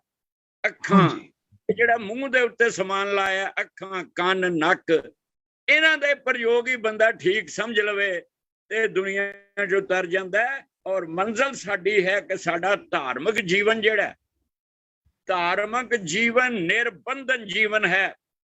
धार्मिक जीवन आजादी सिखाउंदा है। धार्मिक जीवन विच सारा बंदा जिहड़ा आजादी दीयां सिखरां छो लैंदा है। धार्मिक जीवन विच कठोर परंपरावाद दा जादू तोड़ दिंदा है और मनुख नूं रब दा प्रतिनिध बन जांदा। मनुख रब की है? जो साडियां इच्छावां पूरियां नहीं होईयां असीं पूरियां करन लई एक असीं शब्द बनाया रब। ठीक है बासु साहब, ठीक है जी। हाँ जी, ਆਪਾਂ ਅਗਲੀ ਵਾਰ ਤੁਹਾਨੂੰ ਟਾਈਮ ਦੇਵਾਂਗੇ। ਹੁਣ ਆਮ ਸੌਰੀ ਮੇਰੇ ਕੋਲ ਟਾਈਮ ਥੋੜਾ ਰਹਿ ਗਿਆ, ਹਲੇ 2-3 ਸਪੀਕਰ ਹੋਰ ਰਹਿੰਦੇ ਨੇ। ਥੈਂਕ ਯੂ, ਤੁਹਾਡਾ ਬਹੁਤ ਬਹੁਤ ਬੜਾ ਅੱਛਾ ਪਰਸਪੈਕਟਿਵ ਹੈ, ਬਹੁਤ ਅੱਛਾ। ਤੁਹਾਡੇ ਡਿਫਰੈਂਟ ਲਾਈਫ ਦੇ ਬੜੇ ਡਿਫਰੈਂਟ ਐਸਪੈਕਟਸ ਤੁਸੀਂ ਕਵਰ ਕੀਤੇ ਨੇ ਬੜੇ ਸੱਜੇ ਢੰਗ ਨਾਲ ਤੁਹਾਡੇ ਜਿਹੇ ਲਫ਼ਜ਼ਾਂ ਦੇ ਵਿੱਚ। ਹਾਂਜੀ ਭਾਟੀਆ ਸਾਹਿਬ, ਅਗਲੇ 3-4 ਮਿੰਟਾਂ ਲਈ ਤੁਸੀਂ ਕੀ ਕਹਿਣਾ ਚਾਹੋਗੇ? ਉਸਤਾਦ ਜਸਬੀਰ ਸਿੰਘ ਜੀ, ਤੁਹਾਡੀ ਸਾਇੰਸ ਇੰਜੀਨੀਅਰਿੰਗ ਬੈਕਗ੍ਰਾਉਂਡ ਆ, ਤੁਸੀਂ ਵੀ ਦੱਸੋ। 3-4 ਮਿੰਟ ਨੇ ਤੁਹਾਡੇ ਕੋਲੇ ਸਿਰਫ। ਹਾਂਜੀ ਸੌਰੀ। ਵਾਹਿਗੁਰੂ ਜੀ ਕਾ ਖਾਲਸਾ ਵਾਹਿਗੁਰੂ ਜੀ ਫਤਿਹ ਜੀ। ਬੜੇ ਉੱਚੇ ਵਿਚਾਰ ਸੁਣਨ ਨੂੰ ਮਿਲੇ ਹਨ ਤੇ ਮੈਂ ਤਾਂ ਕੀ ਕਹਿਣਾ, ਇੰਜੀਨੀਅਰਿੰਗ ਵਿੱਚ ਧਰਮ ਕਿਸ ਤਰ੍ਹਾਂ ਨੂੰ ਅਪਲਾਈ ਕਰਨਾ ਹੈ ਉਹ ਤਾਂ ਐਸਾ ਕੋਈ ਹਿਸਾਬ ਨਹੀਂ ਸੀ। ਬਾਕੀ ਬਚਪਨ ਤੋਂ ਹੀ ਜੋ ਘਰ ਦੇ ਵਿਚਾਰ ਸੀ ਮਨ ਦੇ ਵਿੱਚ ਬੈਠੇ ਹੋਏ, ਜਾਤ ਪਾਤ ਦੀ ਗੱਲਬਾਤ, ਸਾਨੂੰ ਇਸ ਦਾ ਕੋਈ ਅਹਿਸਾਸ ਹੀ ਨਹੀਂ ਸੀ ਕਿ ਜਾਤ ਪਾਤ ਦੀ ਗੱਲਬਾਤ ਹੁੰਦੀ ਹੈ। ਹਾਈ ਸਕੂਲ ਪੜ੍ਹਦੇ ਸੀ ਤਾਂ ਇੱਕ ਸਾਡੇ ਬੜੇ ਇੱਕੋ ਮਿੱਤਰ ਸੀ, ਬੜੇ ਚੰਗੇ ਸਰਦਾਰ ਸਾਹਿਬ ਸੀਗੇ। ਇੱਕ ਵਾਰੀ ਉਹਨਾਂ ਦੇ ਘਰ ਗਏ, ਲੱਗਿਆ ਜੁਲਾਹੇ ਸਨ ਉਹਦਾ ਫਾਦਰ ਉਹਨਾਂ ਦੇ, ਔਰ ਸਾਨੂੰ ਦਾ ਪੁੱਤਰ ਨਹੀਂ, ਬੈਠ ਕੇ ਖਾਣਾ ਪੀਣਾ ਇਕੱਠਾ। ਉਹ ਸਾਡੇ ਘਰ ਆਉਣਾ, ਅਸੀਂ ਇੱਕ ਦਿਨ ਘਰ ਉਹਨਾਂ ਦੇ ਗਏ। ਸੋ ਐਸੇ ਹੀ ਵਿਚਾਰਧਾਰਾ ਮਨ ਚ ਰਹੀ, ਕਦੀ ਕਿਸੇ ਦਾ ਵਿਤਕਰਾ ਨਹੀਂ ਕੀਤਾ। ਸੋ ਉਸ ਤੋਂ ਬਾਅਦ ਇੰਜੀਨੀਅਰਿੰਗ ਦੀ ਪੜ੍ਹਾਈ ਕੀਤੀ। ਪੜ੍ਹਾਈ ਤਾਂ ਚਲੋ ਪੜ੍ਹਾਈ ਹੁੰਦੀ ਹੈ। ਫਿਰ ਜੌਬ ਲੱਗੀ ਤਾਂ ਰਸ਼ੀਆ ਚਲੇ ਗਏ, 2 ਸਾਲ ਤੱਕ ਉੱਥੇ ਰਹੇ। ਇਕੱਲਾ ਹੀ ਸਿੱਖ ਸੀਗਾ ਮੈਂ, ਇੱਕ ਸਰਦਾਰ, ਤੇ ਬੜਾ ਪ੍ਰੈਸ਼ਰ ਸੀ ਕਿਉਂਕਿ ਕੇਸ ਰੱਖੇ ਹੋਏ ਸੀ ਔਰ ਪਗੜੀ ਪੇ ਕੇਸ ਸਭ ਸੀਗਾ ਤੇ ਬਹੁਤ ਸਾਰੇ ਤਾਨੇ ਮਿਲੇ, ਕਈ ਕਿਸਮ ਦੇ ਰਿਮਾਰਕਸ ਸੁਣਨੇ ਪਏ, ਕੋਈ ਚੰਗੇ ਕੋਈ ਮਾੜੇ ਕੋਈ ਸਭ ਕਿਸਮ ਦੇ। ਪਰ ਫਿਰ ਵੀ ਅਸੀਂ ਕਿਹਾ ਚਲੋ ਠੀਕ ਹੈ, ਉਹਨਾਂ ਦੇ ਵਿਚਾਰ ਤੇ ਕਦੀ ਫਿਰ ਚੇਂਜ ਕਰਨ ਦੀ ਕੋਸ਼ਿਸ਼ ਵੀ ਨਹੀਂ ਕੀਤੀ। ਹਾਲਾਂਕਿ ਕੁਛ ਹੋਰ ਵੀ ਬਾਅਦ ਵਿੱਚ ਆਏ, ਕੁਛ ਸਿੱਖ 1-2 ਉਹਨਾਂ ਨੇ ਆਉਂਦੇ ਬਸ ਇੱਕ ਦਿਨ ਬਾਦਸ਼ਾਹ ਕਟਾ ਦਿੱਤੇ ਆਪਣੇ। ਸੋ ਉਸ ਤੋਂ ਬਾਅਦ ਜੀਵਨ ਵਿੱਚ ਆਪਣਾ ਜੌਬ ਲੱਗੀ ਇੰਜੀਨੀਅਰਿੰਗ ਵਿੱਚ। ਤਾਂ ਜੋ ਕੰਮ ਹੁੰਦਾ ਹੈ ਡਿਜ਼ਾਈਨ ਇੰਜੀਨੀਅਰਿੰਗ ਡਿਪਾਰਟਮੈਂਟ, ਕੋਈ ਐਸਾ ਕੋਈ ਧਾਰਮਿਕ ਉਹਦੇ ਉੱਪਰ ਕੋਈ ਪ੍ਰਭਾਵ ਨਹੀਂ ਸੀ। ਬਾਕੀ ਜੋ ਕੰਮ ਕਰਨਾ ਇਮਾਨਦਾਰੀ ਨਾਲ ਕਰਨਾ ਔਰ ਹਿੰਮਤ ਨਾਲ ਕਰਨਾ, ਇਹ ਸਾਡਾ ਹਮੇਸ਼ਾ ਹੀ ਰਿਹਾ। ਉਸ ਦਿਨ ਹੋਰ ਵਿਚਾਰ ਸੁਣਦਿਆਂ ਹੋਇਆ ਕਿਸੇ ਹੋਰ ਪਲੇਟਫਾਰਮ ਤੇ ਉਹਨਾਂ ਦੱਸਿਆ ਕਿ ਗੁਰੂ ਨਾਨਕ ਦੀ ਬਾਣੀ ਵਿੱਚ ਕਿੰਨੀ ਸਾਇੰਸ ਦੀ ਪ੍ਰਧਾਨਤਾ ਹੈ। और एक चौथ उन्होंने क्या एक लाइन कही, परमाणु पर्यंत आकाशे दी लोहे से कंटन है। जो परमाणु है, एटम है, ਉਹਦੇ ਚੋਂ ਪੈਦਾ ਹੋਈ ਜਿਹੜੀ ਹੈ ਉਹ ਸਾਰੇ ਆਕਾਸ਼ ਨੂੰ ਹੀ ਪ੍ਰਕਾਸ਼ ਦੇ ਸਕਦਾ। ਕਿਉਂਕਿ ਮੈਂ ਨਿਊਕਲੀਅਰ ਇੰਜੀਨੀਅਰ ਵੀ ਰਿਹਾ ਹੈਗਾ, ਨਿਊਕਲੀਅਰ ਪਾਵਰ ਪਲਾਂਟ 'ਚ ਕੰਮ ਕੀਤਾ ਹੈ ਤੇ ਇਸ ਪੰਕਤੀ ਦੀ ਸਮਝ ਆਏਗੀ ਗੁਰੂ ਨਾਨਕ ਸਾਹਿਬ ਜੀ ਦੀ ਅਪਾਰ ਮਹਾ ਗਿਆਨ ਅੰਤਰ ਗਿਆਨ ਸੀ ਕਿ ਜੋ ਉਹਨਾਂ ਨੇ ਇਸ ਕਦਮ ਕਿ ਐਟਮ ਦੀ ਪਾਵਰ ਤੱਕ ਪਤਾ ਸੀ। ਤੁਸੀਂ ਜਾਣਦੇ ਹੋ ਕਿ ਐਟੋਮਿਕ એનર્ਜੀ ਦੀ ਕਿੰਨੀ ਵੈਲਿਊ ਹੈ, ਤੁਸੀਂ ਸਮਝਦਾਰ ਹੋ ਸਾਰੇ। ਤਾਂ ਇੱਕ ਬੜਾ ਹੀ ਜ਼ਬਰਦਸਤ ਇਸ ਗੱਲ ਦਾ ਮੇਰੇ ਅਸਰ ਹੋਇਆ ਔਰ ਉਹਦੇ ਨਾਲ ਫਿਰ ਗੁਰੂ ਨਾਨਕ ਸਾਹਿਬ ਜੀ ਤੋਂ ਵਿਸ਼ਾਲਤਾ ਦਿਸੀ ਜੀ ਉਹਨਾਂ ਦਾ, ਮੈਂ ਹੈਰਾਨ ਹੋ ਗਿਆ। ਗੁਰੂ ਨਾਨਕ ਸਾਹਿਬ ਜੀ ਦੀ ਜੋ ਅਪਾਰ ਅੰਤਰ ਗਿਆਨ ਸੀ ਜਿਹੜਾ, ਜੋ ਕਿ ਉਹਨਾਂ ਨੇ ਪਹਿਲੇ ਆਪਣੇ ਜਗਤਾਰ ਸਿੰਘ ਨੇ ਕਹਿ ਦਿੱਤਾ, ਮੈਂ ਰਿਪੀਟ ਨਹੀਂ ਕਰੂੰਗਾ। ਇੱਕ ਕੀ ਹੈ ਸਮਾਧ ਕੀ ਹੈ, ਉਸ ਤੋਂ ਬਾਅਦ ਕਿਸ ਤਰ੍ਹਾਂ ਓਂਕਾਰ ਬਣਿਆ, ਕਿਸ ਤਰ੍ਹਾਂ ਪ੍ਰਗਤੀ ਹੋਈ, ਕਿਸ ਤਰ੍ਹਾਂ ਸਾਰਾ ਸ੍ਰਿਸ਼ਟੀ ਬਣੀ। ਇਹ ਸਿਰਫ ਸਾਇੰਸ ਦੀ ਗੱਲ ਹੀ ਨਹੀਂ, ਇਹ it was also the basis of his entire ਧਾਰਮਿਕ ਜੋ ਗਿਆਨ ਸਾਨੂੰ ਮਿਲਿਆ, ਉਹ ਏਕਤਾ ਦਾ ਇੱਕ ਤੋਂ ਨਿਕਲ ਕੇ ਉਹ ਸਾਰੀ ਉਸ ਗੱਲ ਦੀ ਸਮਝ ਆਈ ਹੈ।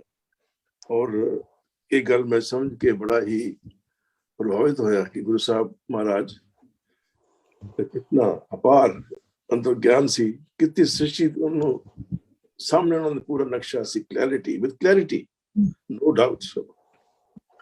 ਸੋ ਇਹ ਸ਼ਬਦ ਕਹਿੰਦੇ ਹੋਏ ਗੁਰੂ ਗ੍ਰੰਥ ਸਾਹਿਬ ਜੋ ਹੈ ਕੋਈ ਮਾਮੂਲੀ ਗ੍ਰੰਥ ਨਹੀਂ ਹੈ, ਬੜੀ ਹੀ ਮਹਾਨ ਰਚਨਾ ਹੈ ਸਾਡੇ ਗੁਰੂ ਸਾਹਿਬਾਨ ਦੀ। ਠੀਕ ਹੈ, ਇਹਨੂੰ ਸਮਝਣਾ ਜ਼ਰੂਰੀ ਹੈ, ਸੰਸਾਰ ਸਮਝਦਾ ਨਹੀਂ, ਸੰਸਾਰ ਨੂੰ ਬੜੀ ਲੋੜ ਹੈ ਇਸ ਨੂੰ ਸਮਝਣ ਦੀ ਔਰ ਉਹਦੀ ਜ਼ਿੰਮੇਵਾਰੀ ਸਾਡੇ ਤੇ ਹੈ। ਧੰਨਵਾਦ। ਬਿਲਕੁਲ ਬਿਲਕੁਲ, ਥੈਂਕ ਯੂ ਜੀ। ਮਹਾਰਾਜ ਦਾ ਕਹੀ ਜਾਂਦੇ ਗੁਰੂ ਨਾਨਕ, ਇਹ ਦੇਖੋ ਸ਼ਬਦ, ਜੋ ਬ੍ਰਹਮੰਡੇ ਸੋਈ ਪਿੰਡੇ, ਜੋ ਖੋਜੇ ਸੋ ਪਾਵੇ।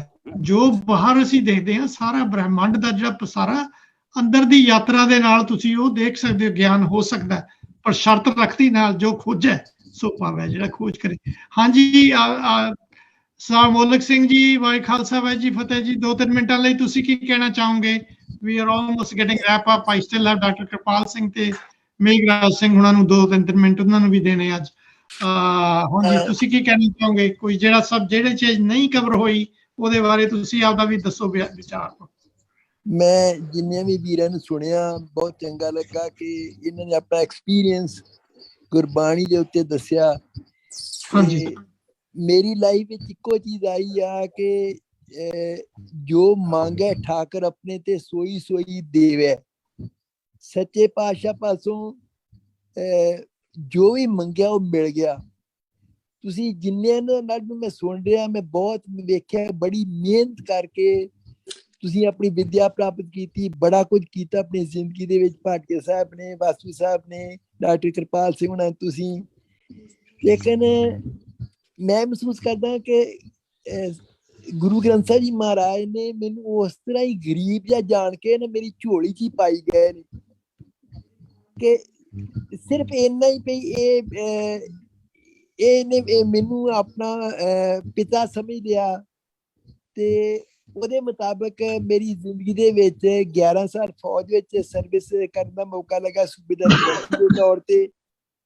ਕੋਈ ਪ੍ਰੋਬਲਮ ਨਹੀਂ ਬਣੀ। ਉਹਦੇ ਬਾਅਦ 40 ਸਾਲ ਅਮਰੀਕਾ 'ਚ ਹੋ ਗਏ ਆ। ਕੋਈ ਮੇਰੇ ਕੋ ਸਪੈਸ਼ਲ ਹੁਨਰ ਨਹੀਂ ਸੀ ਵੀ ਮੈਂ ਅਮਰੀਕਾ ਜਾ ਕੇ ਆਪਣੇ ਲਾਈਫ ਨੂੰ ਸਪੈਂਡ ਕਰਾਂ, ਪਰ ਗੁਰੂ ਮਹਾਰਾਜ ਨੇ ਅਜਿਹਾ ਪ੍ਰਬੰਧ ਬਣਾਇਆ ਵੀ ਗੁਰਸਿੱਖਾਂ ਦੇ ਪਿਆਰ ਦੇ ਨਾਲ ਜੋ ਮੰਗੇ ਠਾਕਰ ਆਪਣੇ ਤੇ, ਉਹਦੇ ਮੁਤਾਬਕ ਸੱਚੇ ਪਾਤਸ਼ਾਹ ਨੇ ਇਹੋ ਜਿਹਾ ਪਿਆਰ ਬਣਾਇਆ ਕਿ ਮੈਨੂੰ ਬਿਜ਼ਨਸ ਦੇ ਵਿੱਚ ਉਹਨੇ ਪਾ ਲਿਆ।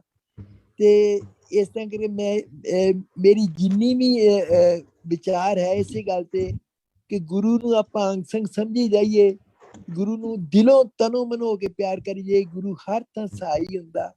ਵਾਹਿਗੁਰੂ ਜੀ ਕਾ ਖਾਲਸਾ ਵਾਹਿਗੁਰੂ ਜੀ ਦੇ। ਥੈਂਕ ਯੂ ਜੀ। ਬਸ ਆਹੀ ਅਟੁੱਟ ਸਿੱਖ ਦਾ ਵਿਸ਼ਵਾਸ ਤੇ ਸਦਕ ਭਰੋਸਾ ਚਾਹੀਦਾ ਗੁਰੂ ਦੇ ਉੱਤੇ। ਹਾਂਜੀ, ਜਿਹੜਾ ਕਿ ਕਈ ਵਾਰ ਅਸੀਂ ਪੜ੍ਹੇ ਲਿਖੇ ਗਿਆਨ ਦੇ ਵਿੱਚੋਂ ਕਈ ਵਾਰ ਬੰਦਾ ਡੋਲ ਵੀ ਜਾਂਦਾ, ਲੇਕਿਨ ਆ ਜਿਹੜਾ ਅਟੁੱਟ ਵਿਸ਼ਵਾਸ ਇਹੀ ਅਸੀਂ ਅਰਦਾਸ ਹਰ ਰੋਜ਼ ਮੰਗਦੇ ਹਾਂ ਸਵੇਰੇ ਸ਼ਾਮ।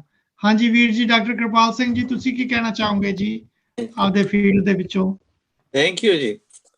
ਮੈਂ ਥੋੜੇ ਬਰੀਫਲੀ ਸ਼ੇਅਰ ਕਰਨਾ ਚਾਹਨਾ ਕਿ ਮੈਂ ਇੱਕ ਗਰੀਬ ਖਾਨਦਾਨ ਦੇ ਵਿੱਚ ਪੈਦਾ ਹੋਇਆ, ਤੇ ਗਰੀਬ ਖਾਨਦਾਨ ਦੇ ਵਿੱਚ ਜ਼ਿਆਦਾਤਰ ਜ਼ੋਰ ਇਹੀ ਹੁੰਦਾ ਸੀਗਾ ਵੀ ਗੁਰਬਾਣੀ ਨੂੰ ਕੰਠ ਕਰੋ ਤੇ ਪਾਠ ਕਰੋ ਤੇ ਬਾਕੀ ਕੰਮ ਕਾਰ ਤੋਂ ਇਲਾਵਾ, ਤੇ ਫਿਰ ਗੁਰਦੁਆਰੇ ਜਾ ਕੇ ਮੱਥਾ ਟੇਕਿਆ।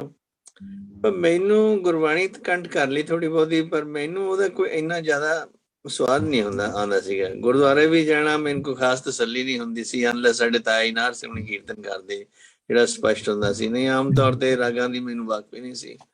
ਤੇ ਜੇ ਕਿਤੇ ਕਹਿਣਾ ਵੀ ਕਿਸੇ ਨੂੰ ਵੀ ਮੈਂ ਢੋਲਕੀ ਵਜਾਉਣੀ ਸਿੱਖ ਲਾਂ ਜਾਂ ਕੋਈ, ਉਹ ਕਹਿੰਦੇ ਨਹੀਂ ਨਹੀਂ ਪਰੇ ਰਹਿ, ਇਹ ਤੇਰੇ ਪਿਓ ਨੇ ਲੈ ਕੇ ਦਿੱਤੇ ਹੋਏ ਇੰਸਟਰੂਮੈਂਟ, ਖਰਾਬ ਹੋ ਗਿਆ ਤਾਂ ਇਹਨੂੰ ਰਿਪੇਅਰ ਕਿੱਥੋਂ ਗੁਰਬਾਣੀ ਪਾਠ ਕਰਨ ਲਈ ਜਾਣਾ ਬਈ ਆ ਪਾਠ ਹੀ ਕਰ ਲਈਏ, ਮਹਾਰਾਜ ਤਾਬੇ ਜਾਓ, ਉਹਨਾਂ ਤੁਸੀਂ ਬੇਅਦਬੀ ਹੋ ਜੂਗੀ, ਬੇਅਦਬੀ ਹੋ ਜੂਗੀ। ਮੈਂ ਬੜੀ ਹੈਰਾਨੀ ਲੱਗੀ, ਮੈਂ ਕਿਹਾ ਹੁਣ ਦਾ ਫਾਇਦਾ ਕੀ ਹੈ, ਮੈਨੂੰ ਮਿਲਦਾ ਤਾਂ ਕੁਛ ਨਹੀਂ ਇੱਥੋਂ। ਫਿਰ ਇੱਕ ਕੀ ਹੋਇਆ, ਇੱਕ ਵਾਰੀ ਮੈਂ ਫਿਰ ਗਰਮੀਆਂ ਦੀਆਂ ਛੁੱਟੀਆਂ ਸੀ, ਮੈਂ ਬਗੈਰ ਕਿਸੇ ਦੱਸੇ ਤੋਂ ਨਾ ਆਪਣੇ ਆਪ ਹੀ ਪਾਠ ਸ਼ੁਰੂ ਕਰ ਲਿਆ। ਜਦੋਂ ਕੋਈ ਦੇਖਦਾ ਨਹੀਂ ਸੀ ਨਾ, ਉਦੋਂ ਜਾ ਕੇ ਮੈਂ ਪਾਠ 2-4-10 ਸਫ਼ੇ ਪੜ੍ਹਨੇ, ਤੇ ਫਿਰ ਹੌਲੀ ਹੌਲੀ ਉਹ ਗਰਮੀਆਂ ਦੇ ਵਿੱਚ ਉਹ ਪੂਰਾ ਹੋ ਗਿਆ ਮੇਰਾ। ਮੈਂ ਫਿਰ ਬਾਬੂ ਜੀ ਨੂੰ ਦੱਸਿਆ, ਆਪਦੇ ਘਰੇ ਆ ਗਏ, ਮੈਂ ਇਹ ਇਸ ਤਰ੍ਹਾਂ ਸ਼ੁਰੂ ਕੀਤਾ ਸੀ ਭੋਗ ਪਾਉਣਾ ਪਾਠ ਦਾ। ਉਹ ਬੜੇ ਖੁਸ਼ ਹੋਏ ਤੇ ਉਹਨਾਂ ਨੇ ਫਿਰ ਕੀਤਾ, ਭੋਗ ਪਾਇਆ। ਤੇ ਮੈਨੂੰ ਕਿੰਨੀਆਂ ਗਲਤੀਆਂ ਕੀਤੀਆਂ, ਕਿਵੇਂ ਨਹੀਂ, ਕੋਈ ਸਮਝਾਉਣ ਵਾਲਾ ਨਹੀਂ ਸੀ, ਕੋਈ ਕਰਾਉਣ ਵਾਲਾ ਨਹੀਂ ਸੀ, ਪਰ ਇੰਨਾ ਮੈਨੂੰ ਜ਼ਰੂਰ ਹੋ ਗਿਆ, ਕਈ ਇੰਨੇ ਸ਼ਬਦ ਸਿੱਧੇ ਹੁੰਦੇ ਸੀ, ਮੈਨੂੰ ਬੜੇ ਅਪੀਲ ਕਰਦੇ ਸੀ, ਉਹਨਾਂ ਨੂੰ ਮੈਂ ਦੁਬਾਰਾ ਪੜ੍ਹਿਆ ਕਰਦਾ। ਤੇ ਫਿਰ ਕੀ ਹੋਇਆ, ਉਸ ਤੋਂ ਬਾਅਦ ਮੇਰੀ ਪੜ੍ਹਾਈ ਚੱਲਦੀ ਰਹੀ ਤੇ ਅਖੀਰ ਤੇ ਮੈਨੂੰ ਮੈਡੀਕਲ ਕਾਲਜ ਜਾ ਪਹੁੰਚਿਆ ਔਖੇ ਸੌਖੇ। ਤੇ ਉੱਥੇ ਜਾ ਕੇ ਕੀ ਹੋਣਾ, ਲੋਕ ਬੜੇ ਵੱਡੇ ਘਰਾਂ ਦੇ ਮੁੰਡੇ ਹੁੰਦੇ ਸੀ, ਕਿ ਕਿਹੜਾ ਮੇਰਾ ਬ੍ਰਿਗੇਡੀਅਰ ਹੈ, ਕੋਈ ਕੁਛ। ਤੇ ਮੈਂ ਕਿਹਾ ਵੀ ਸਾਡੇ ਕੋਲ ਤਾਂ ਮਸਾਂ ਫੀਸ ਦੇਣ ਜੋਗੇ ਹੀ ਪੈਸੇ ਨੇ, ਤੇ ਜਾਂ ਜਿਹੜਾ ਹੈਗਾ ਆਪਣਾ ਖਾਣਾ ਪਾਣਾ ਜਿਹੜਾ ਚੱਲਦਾ ਹੈਗਾ ਹੋਸਟਲ ਦੀ। ਤੇ ਫਿਰ ਮੈਂ ਥੋੜਾ ਡਿਪਰੈਸ ਹੋ ਜਾ ਕਰਨਾ, ਕਈ ਵਾਰੀ ਲੋਨਲੀਨੈਸ ਫੀਲ ਕਰਨੀ। ਸਾਡੇ ਕਾਲਜ ਦੇ ਵਿੱਚ ਮੈਡੀਕਲ ਗੁਰਦੁਆਰਾ ਹੁੰਦਾ ਸੀ, ਮੈਂ ਉੱਥੇ ਜਾਣਾ ਤੇ ਜਾ ਕੇ ਅਰਦਾਸ ਕਰਿਆ ਕਰਨੀ ਕਿ ਐਵੇਂ ਮਹਾਰਾਜ ਮੈਨੂੰ ਤੁਸੀਂ ਦੱਸੋ, ਮੇਰੇ ਮਨ ਦਰਸ਼ਨ ਦੇ ਕੇ ਮੈਨੂੰ ਸਮਝਾਓ ਕਿ ਵੀ ਮੈਂ ਕਿਵੇਂ ਮਨ ਚੜ੍ਹਦੀ ਕਲਾ ਜਾਵੇ। ਮੈਂ ਹੁਕਮਨਾਮਾ ਲੈ ਕੇ ਉਸਨੂੰ ਆਪਦੇ ਹਿਸਾਬ ਨਾਲ ਵਿਚਾਰ ਕਰਿਆ ਕਰਨੀ, ਉਹਦਾ ਤੇ ਮੇਰੇ ਚੰਗਾ ਅਸਰ ਪੈਂਦਾ ਹੁੰਦਾ ਸੀ, ਤੇ ਉਹਦੇ ਨਾਲ ਮੇਰਾ ਮਨ ਚੜ੍ਹਦੀ ਕਲਾ ਚ ਹੋ ਜਾਇਆ ਕਰਨਾ। ਤੇ ਜਾਂ ਫਿਰ ਮੈਂ ਦਰਬਾਰ ਸਾਹਿਬ ਚੱਕਰ ਮਾਰੇ ਆਉਣਾ, 2-3 ਹਫ਼ਤੇ ਬਾਅਦ ਪਰਿਕਰਮਾ ਕਰਨੀ, ਤੇ ਕੋਈ ਕਦੇ ਪਿੰਡਾਂ ਵਾਲਾ ਬੰਦਾ ਮਿਲ ਜਾਂਦਾ ਸੀਗਾ ਆਪਦੇ, ਤੇ ਮਨ ਨੂੰ ਖੁਸ਼ ਹੋ ਜਾਂਦਾ ਸੀਗਾ, ਨਾਲੇ ਐਕਸਰਸਾਈਜ਼ ਹੋ ਜਾਂਦੀ ਸੀ। ਕਹਿੰਦੇ ਕਰਾਉਂਦੇ ਗੱਲ ਕੀ, ਫਿਰ ਮੈਂ ਉੱਥੋਂ ਪਾਸ ਹੋ ਗਿਆ ਗੁਰੂ ਮਹਾਰਾਜ ਦੀ ਕਿਰਪਾ ਨਾਲ, ਚੰਡੀਗੜ੍ਹ 2 ਸਾਲ ਲਾਏ, ਫਿਰ ਇੰਗਲੈਂਡ ਆ ਗਿਆ। ਤੇ ਇੰਗਲੈਂਡ ਚ ਆ ਕੇ ਲੋਕਾਂ ਨੇ ਮੈਨੂੰ ਸਵਾਲ ਪੁੱਛਣੇ ਸ਼ੁਰੂ ਕੀਤੇ ਕਿ ਕਿਉਂ ਵਾਲ ਰੱਖੇ ਹੋਏ ਆ, ਕਿਉਂ ਪੱਗ ਬੰਨੀ ਹੋਈ ਆ, ਉਹ ਦੂਜੇ ਜਿਹੜੇ ਤੇਰੇ ਨਾਲ ਦੇ ਉਹਨਾਂ ਨੇ ਨਹੀਂ।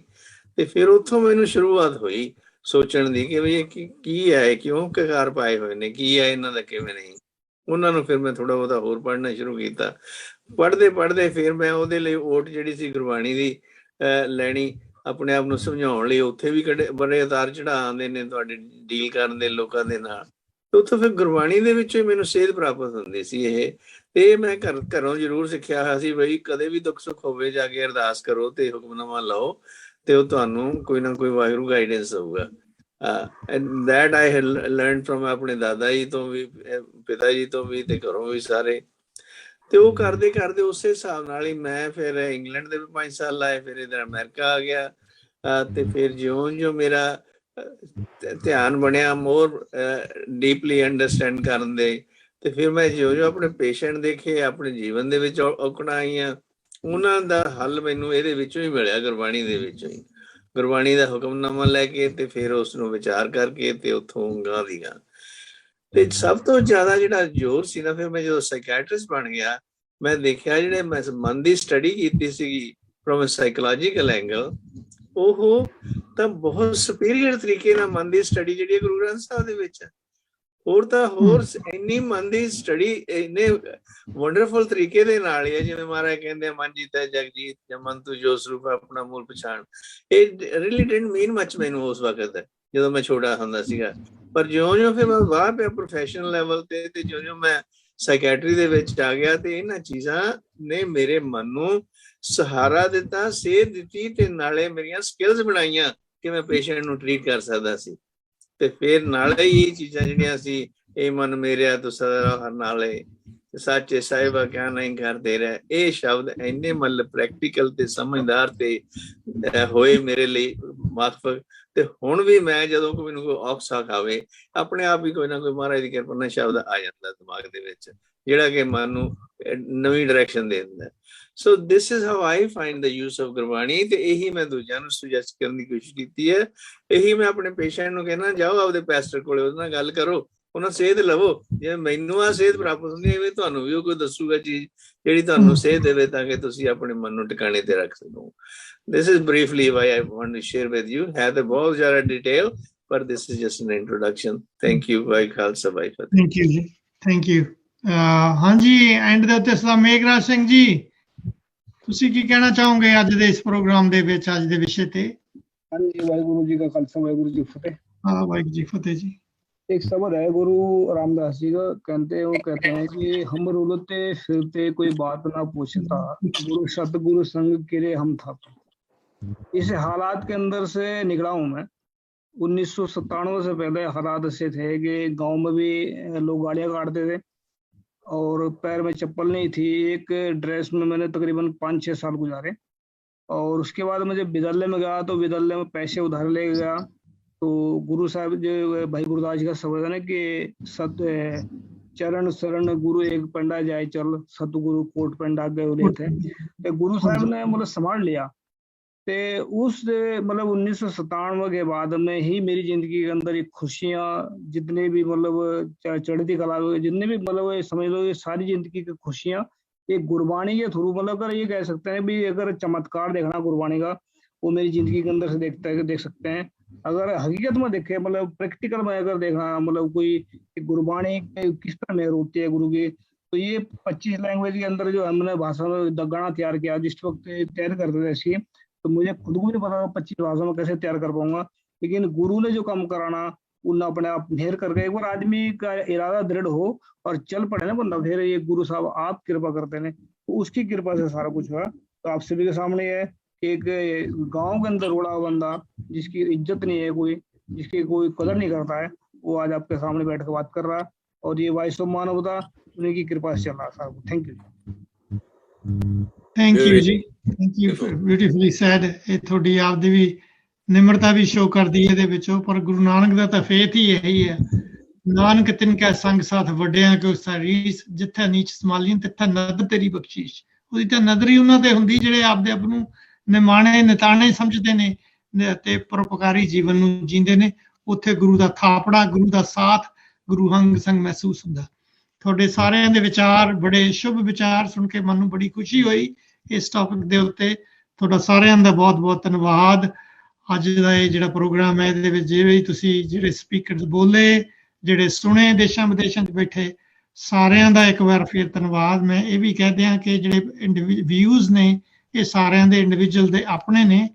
ਦਿਸ does not represent the policy of the voice of Manavta. ਇਹ ਸਾਰਿਆਂ ਦੇ ਆਪਣੇ ਨਿੱਜੀ ਵਿਚਾਰ ਨੇ, ਸ਼ਲਾਘਾਯੋਗ ਵਿਚਾਰ ਨੇ। ਜੇ ਚੰਗੇ ਲੱਗਣ ਉਹ ਤੁਸੀਂ ਪੱਲੇ ਬੰਨ ਲਓ ਭਾਈ, ਆਪਦੇ ਗੁਣਾਂ ਨੂੰ ਜੀਵਨ 'ਚ ਵਸਾ ਲਓ। ਨਹੀਂ ਚੰਗੇ ਲੱਗੇ ਸਾਨੂੰ ਵਾਪਸ ਦੇ ਦਿਓ। ਤੇ ਅਗਲਾ ਜਿਹੜਾ ਪ੍ਰੋਗਰਾਮ ਹੈ, ਮੈਂ ਤੁਹਾਨੂੰ ਦੱਸਣਾ ਚਾਹੁੰਦਾ, ਅਗਲੇ ਹਫਤੇ ਅਸੀਂ, ਕਿਉਂਕਿ ਮੈਂ ਕੈਲੰਡਰ ਦੇਖ ਰਿਹਾ ਸੀ, ਜਦੋਂ ਕੈਲੰਡਰ ਦੇਖਿਆ 4-5 ਡੇਜ਼ ਆ ਰਹੇ ਨੇ। ਗੁਰੂ ਅੰਗਦ ਦੇਵ ਜੀ ਮਹਾਰਾਜ ਦੀ ਸ਼ਹੀਦੀ, ਗੁਰੂ ਅੰਗਦ ਦੇਵ ਜੀ ਮਹਾਰਾਜ ਦੀ ਗੁਰਗੱਦੀ, ਗੁਰੂ ਰਾਮਦਾਸ ਜੀ ਮਹਾਰਾਜ ਦੀ ਗੁਰਗੱਦੀ, ਤੇ ਦੂਜੇ ਪਾਸੇ ਗੁਰੂ ਨਾਨਕ ਦੇਵ ਜੀ ਮਹਾਰਾਜ ਦਾ ਜੋਤੀ ਜੋਤ ਸਮਾਉਣਾ, ਗੁਰੂ ਅਮਰਦਾਸ ਜੀ ਮਹਾਰਾਜ ਦਾ ਜੋਤੀ ਜੋਤ ਸਮਾਉਣਾ। ਮੇਰੇ ਮਨ ਦੇ ਵਿੱਚ ਆਇਆ ਵੀ ਆਪਾਂ ਕਿਉਂ ਨਾ ਅਸੀਂ ਇਹਨਾਂ ਇਤਿਹਾਸਕ ਦਿਹਾੜਿਆਂ ਨੂੰ ਮੱਦੇ ਨਜ਼ਰ ਰੱਖਦੇ ਹੋਏ ਅਸੀਂ ਸਿੱਖੀ ਦਾ ਲੀਡਰਸ਼ਿਪ ਮਾਡਲ ਕੀ ਹੈ, ਲੀਡਰਸ਼ਿਪ ਮਾਡਲ ਦੇ ਵਿੱਚ ਕੀ ਕੁਆਲਿਟੀਜ਼ ਨੇ, ਕਿਸ ਤਰ੍ਹਾਂ ਕੈਪੇਬਿਲਿਟੀਜ਼ ਵਗੈਰਾ ਡਿਵੈਲਪ ਕੀਤੀਆਂ ਜਾਂਦੀਆਂ ਨੇ, ਕਿਵੇਂ ਉਹਨਾਂ ਨੂੰ ਵੇਖਿਆ ਜਾਂਦਾ ਝਰੋਖੇ ਦੇ ਵਿੱਚੋਂ, ਫਿਰ ਕਿਵੇਂ ਜਦੋਂ ਅੰਤ ਸਮਾਂ ਆਉਂਦਾ ਜੋਤੀ ਜੋਤ ਸਮਾਉਣ ਦਾ, ਕਿਸ ਤਰ੍ਹਾਂ ਮਹਾਰਾਜ ਸਕਸੈਸ਼ਨ ਪਲੈਨਿੰਗ ਕਰਦੇ ਨੇ, ਕਿਸ ਤਰ੍ਹਾਂ ਨਵਾਂ ਲੀਡਰ ਥਾਪਦੇ ਨੇ, ਉਹਦੀਆਂ ਕੁਆਲਿਟੀਜ਼ ਉਹ ਬਣਾ ਕੇ ਉਹਦੇ ਵਿੱਚ ਪਾ ਕੇ, ਤੇ ਜਾਂ ਉਹਦੇ ਬੇਸ ਤੇ ਕਿਵੇਂ ਉਹਦੀ ਸਿਲੈਕਸ਼ਨ ਹੁੰਦੀ ਆ।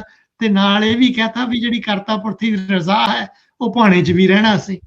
ਜੇ ਸੱਦਾ ਆ ਰਿਹਾ ਘਰ ਘਰੇ ਪਹੁੰਚਾ ਸਦਨੇ ਨਿਤ ਪਵਾਉਂਦੇ ਸੱਦੇ ਆ ਰਹੇ ਨੇ, ਉਹਦੇ ਭਾਣੇ 'ਚ ਵੀ ਕਿਵੇਂ ਰਹਿਣਾ, ਅਸੀਂ ਕਿਵੇਂ ਸੇਧ ਲੈਣੀ ਹੈ, ਗਵਾਹੀ ਲੈਣੀ। ਸੋ ਇਹ ਜਿਹੜਾ ਸਰਵੈਂਟ ਲੀਡਰ ਮਾਡਲ ਹੈ ਨਾ ਜੀ, ਗੁਰੂ ਨਾਨਕ ਦੇਵ ਜੀ ਮਹਾਰਾਜ ਨੇ ਗੁਰੂ ਅੰਗਦ ਦੇਵ ਨੂੰ, ਬਾਬਾ ਲਹਿਣ ਨੂੰ ਲੈ ਕੇ ਆਪਦੇ ਹਾਂਜੀ ਉਹਨਾਂ ਨੇ ਆਪਦੇ ਸੀਸ ਤੇ ਚੱਕ ਲੈਣਾ ਤੇ ਉਹਦੇ ਚਰਨਾਂ ਤੇ ਸੀਸ ਨੇ ਵਾ ਦੇਣਾ। ਖਾਲਾ ਜੀ ਦਾ ਵਾੜਾ ਨਹੀਂ ਸੀ, ਉਲਟੀ ਰੀਤ ਚਲਾਤੀ ਸੀ ਭਾਈ ਗੁਰਦਾਸ ਦੇ ਕਹਿਣ ਵਾਂਗੂ ਹੈ ਜੀ। ਬਾਬੇ ਨਾਨਕ ਨੇ ਤਾਂ ਹੈ ਜੀ ਪਹਿਲਾਂ ਪਿਓ ਪੁੱਤਰ ਰਾਜੇ ਮਹਾਰਾਜੇ, ਦੂਜੇ ਨੂੰ ਆਪਦੇ ਪਰਿਵਾਰ ਨੂੰ ਗੱਦੀਆਂ ਦੇਣ ਸੀ। ਬਾਬੇ ਲਹਿਣੇ ਨੂੰ ਗੁਰੂ ਨਾਨਕ ਦੇਵ ਜੀ ਮਹਾਰਾਜ ਨੇ ਪੁੱਤਰੀ ਕੌਲ ਨਾ ਪਾਲਿਆ, ਕਹਿੰਦੇ ਪੁੱਤਰਾਂ ਨੇ ਕੌਲ ਨਹੀਂ ਸੀ ਪਾਲਿਆ। ਬਾਬਾ ਲਹਿਣਕ ਨੇ ਹੁਕਮ ਦੀ ਹਜ਼ੂਰੀ ਕੀਤੀ ਤੇ ਅੰਗਦ ਬਣਾ ਲਿਆ ਆਪਦੇ ਅੰਗ ਦੇ ਅੰਗ ਨਾਲ ਲਾ ਕੇ ਜੀ। ਇਹ ਜਿਹੜਾ ਸਰਵੈਂਟ ਲੀਡਰਸ਼ਿਪ ਮਾਡਲ ਹੈ ਨਾ, ਇਹਦੀ ਬੜੀ ਸੇਧ ਆ ਸਾਨੂੰ ਅੱਜ ਕੱਲ ਕਾਰਪੋਰੇਸ਼ਨ ਦੇ ਵਿੱਚ ਵੀ ਡਿਵੈਲਪ ਕੀਤਾ ਗਿਆ ਹੈ, ਕੀਤਾ ਜਾ ਰਿਹਾ। ਪਰ ਸਿੱਖਾਂ ਦੇ ਵਿੱਚ ਹਲੇ ਇਹਦੇ ਵਿੱਚ ਕਾਫੀ ਹਲੇ ਮੇਰਾ ਖਿਆਲ ਹੈ ਗਿਆਨ ਦੀ ਵਰਤੋਂ ਨਹੀਂ, ਵਰਤਿਆ ਨਹੀਂ ਜਾਂਦਾ। ਆਪਾਂ ਇਸ ਵਿਸ਼ੇ ਨੂੰ ਲੈ ਕੇ ਪਲੀਜ਼ ਤੁਸੀਂ ਸਾਰੇ ਤਿਆਰੀ ਕਰਕੇ ਆਇਓ, ਗੁਰੂ ਮਹਾਰਾਜਾਂ ਦੇ ਜੀਵਨ ਨੂੰ ਦੇਖ ਕੇ ਆਪਾਂ ਇਹਦੇ ਤੇ ਡਿਸਕਸ ਕਰਾਂਗੇ। ਸੋ ਲੀਡਰਸ਼ਿਪ ਮਾਡਲ ਇਨ ਸਿੱਖੀ, ਤੇ ਉਹਦੇ ਵਿੱਚ ਨਾਲੇ ਜਿਹੜਾ ਅਕਾਲ ਚਲਾਣਾ, ਭਾਣੇ ਚ ਰਹਿਣਾ, ਸਕਸੈਸ਼ਨ ਮਾਡਲ ਕੀ ਹੈ ਤੇ ਉਹਦੀਆਂ ਕੁਆਲਿਟੀਜ਼ ਵਗੈਰਾ ਕਿਸ ਬੇਸ ਤੇ ਲਈਆਂ ਜਾਂਦੀਆਂ ਨੇ, ਉਹਦੀ ਆਪਾਂ ਡਿਸਕਸ ਕਰਾਂਗੇ ਜੀ। ਆਉਂਦੇ ਜਦ ਤੱਕ ਅਸੀਂ ਨਹੀਂ ਮਿਲਦੇ, ਤੁਹਾਡੇ ਸਾਰਿਆਂ ਦਾ ਇੱਕ ਵਾਰ ਫਿਰ ਬਹੁਤ ਬਹੁਤ ਧੰਨਵਾਦ। ਅੱਜ ਦੇ ਪ੍ਰੋਗਰਾਮ ਦੀ ਸਮਾਪਤੀ ਹੈ ਜੀ। ਸਾਰਿਆਂ ਨੂੰ ਵਾਹਿਗੁਰੂ ਜੀ ਕਾ ਖਾਲਸਾ, ਵਾਹਿਗੁਰੂ ਜੀ ਕੀ ਫਤਿਹ।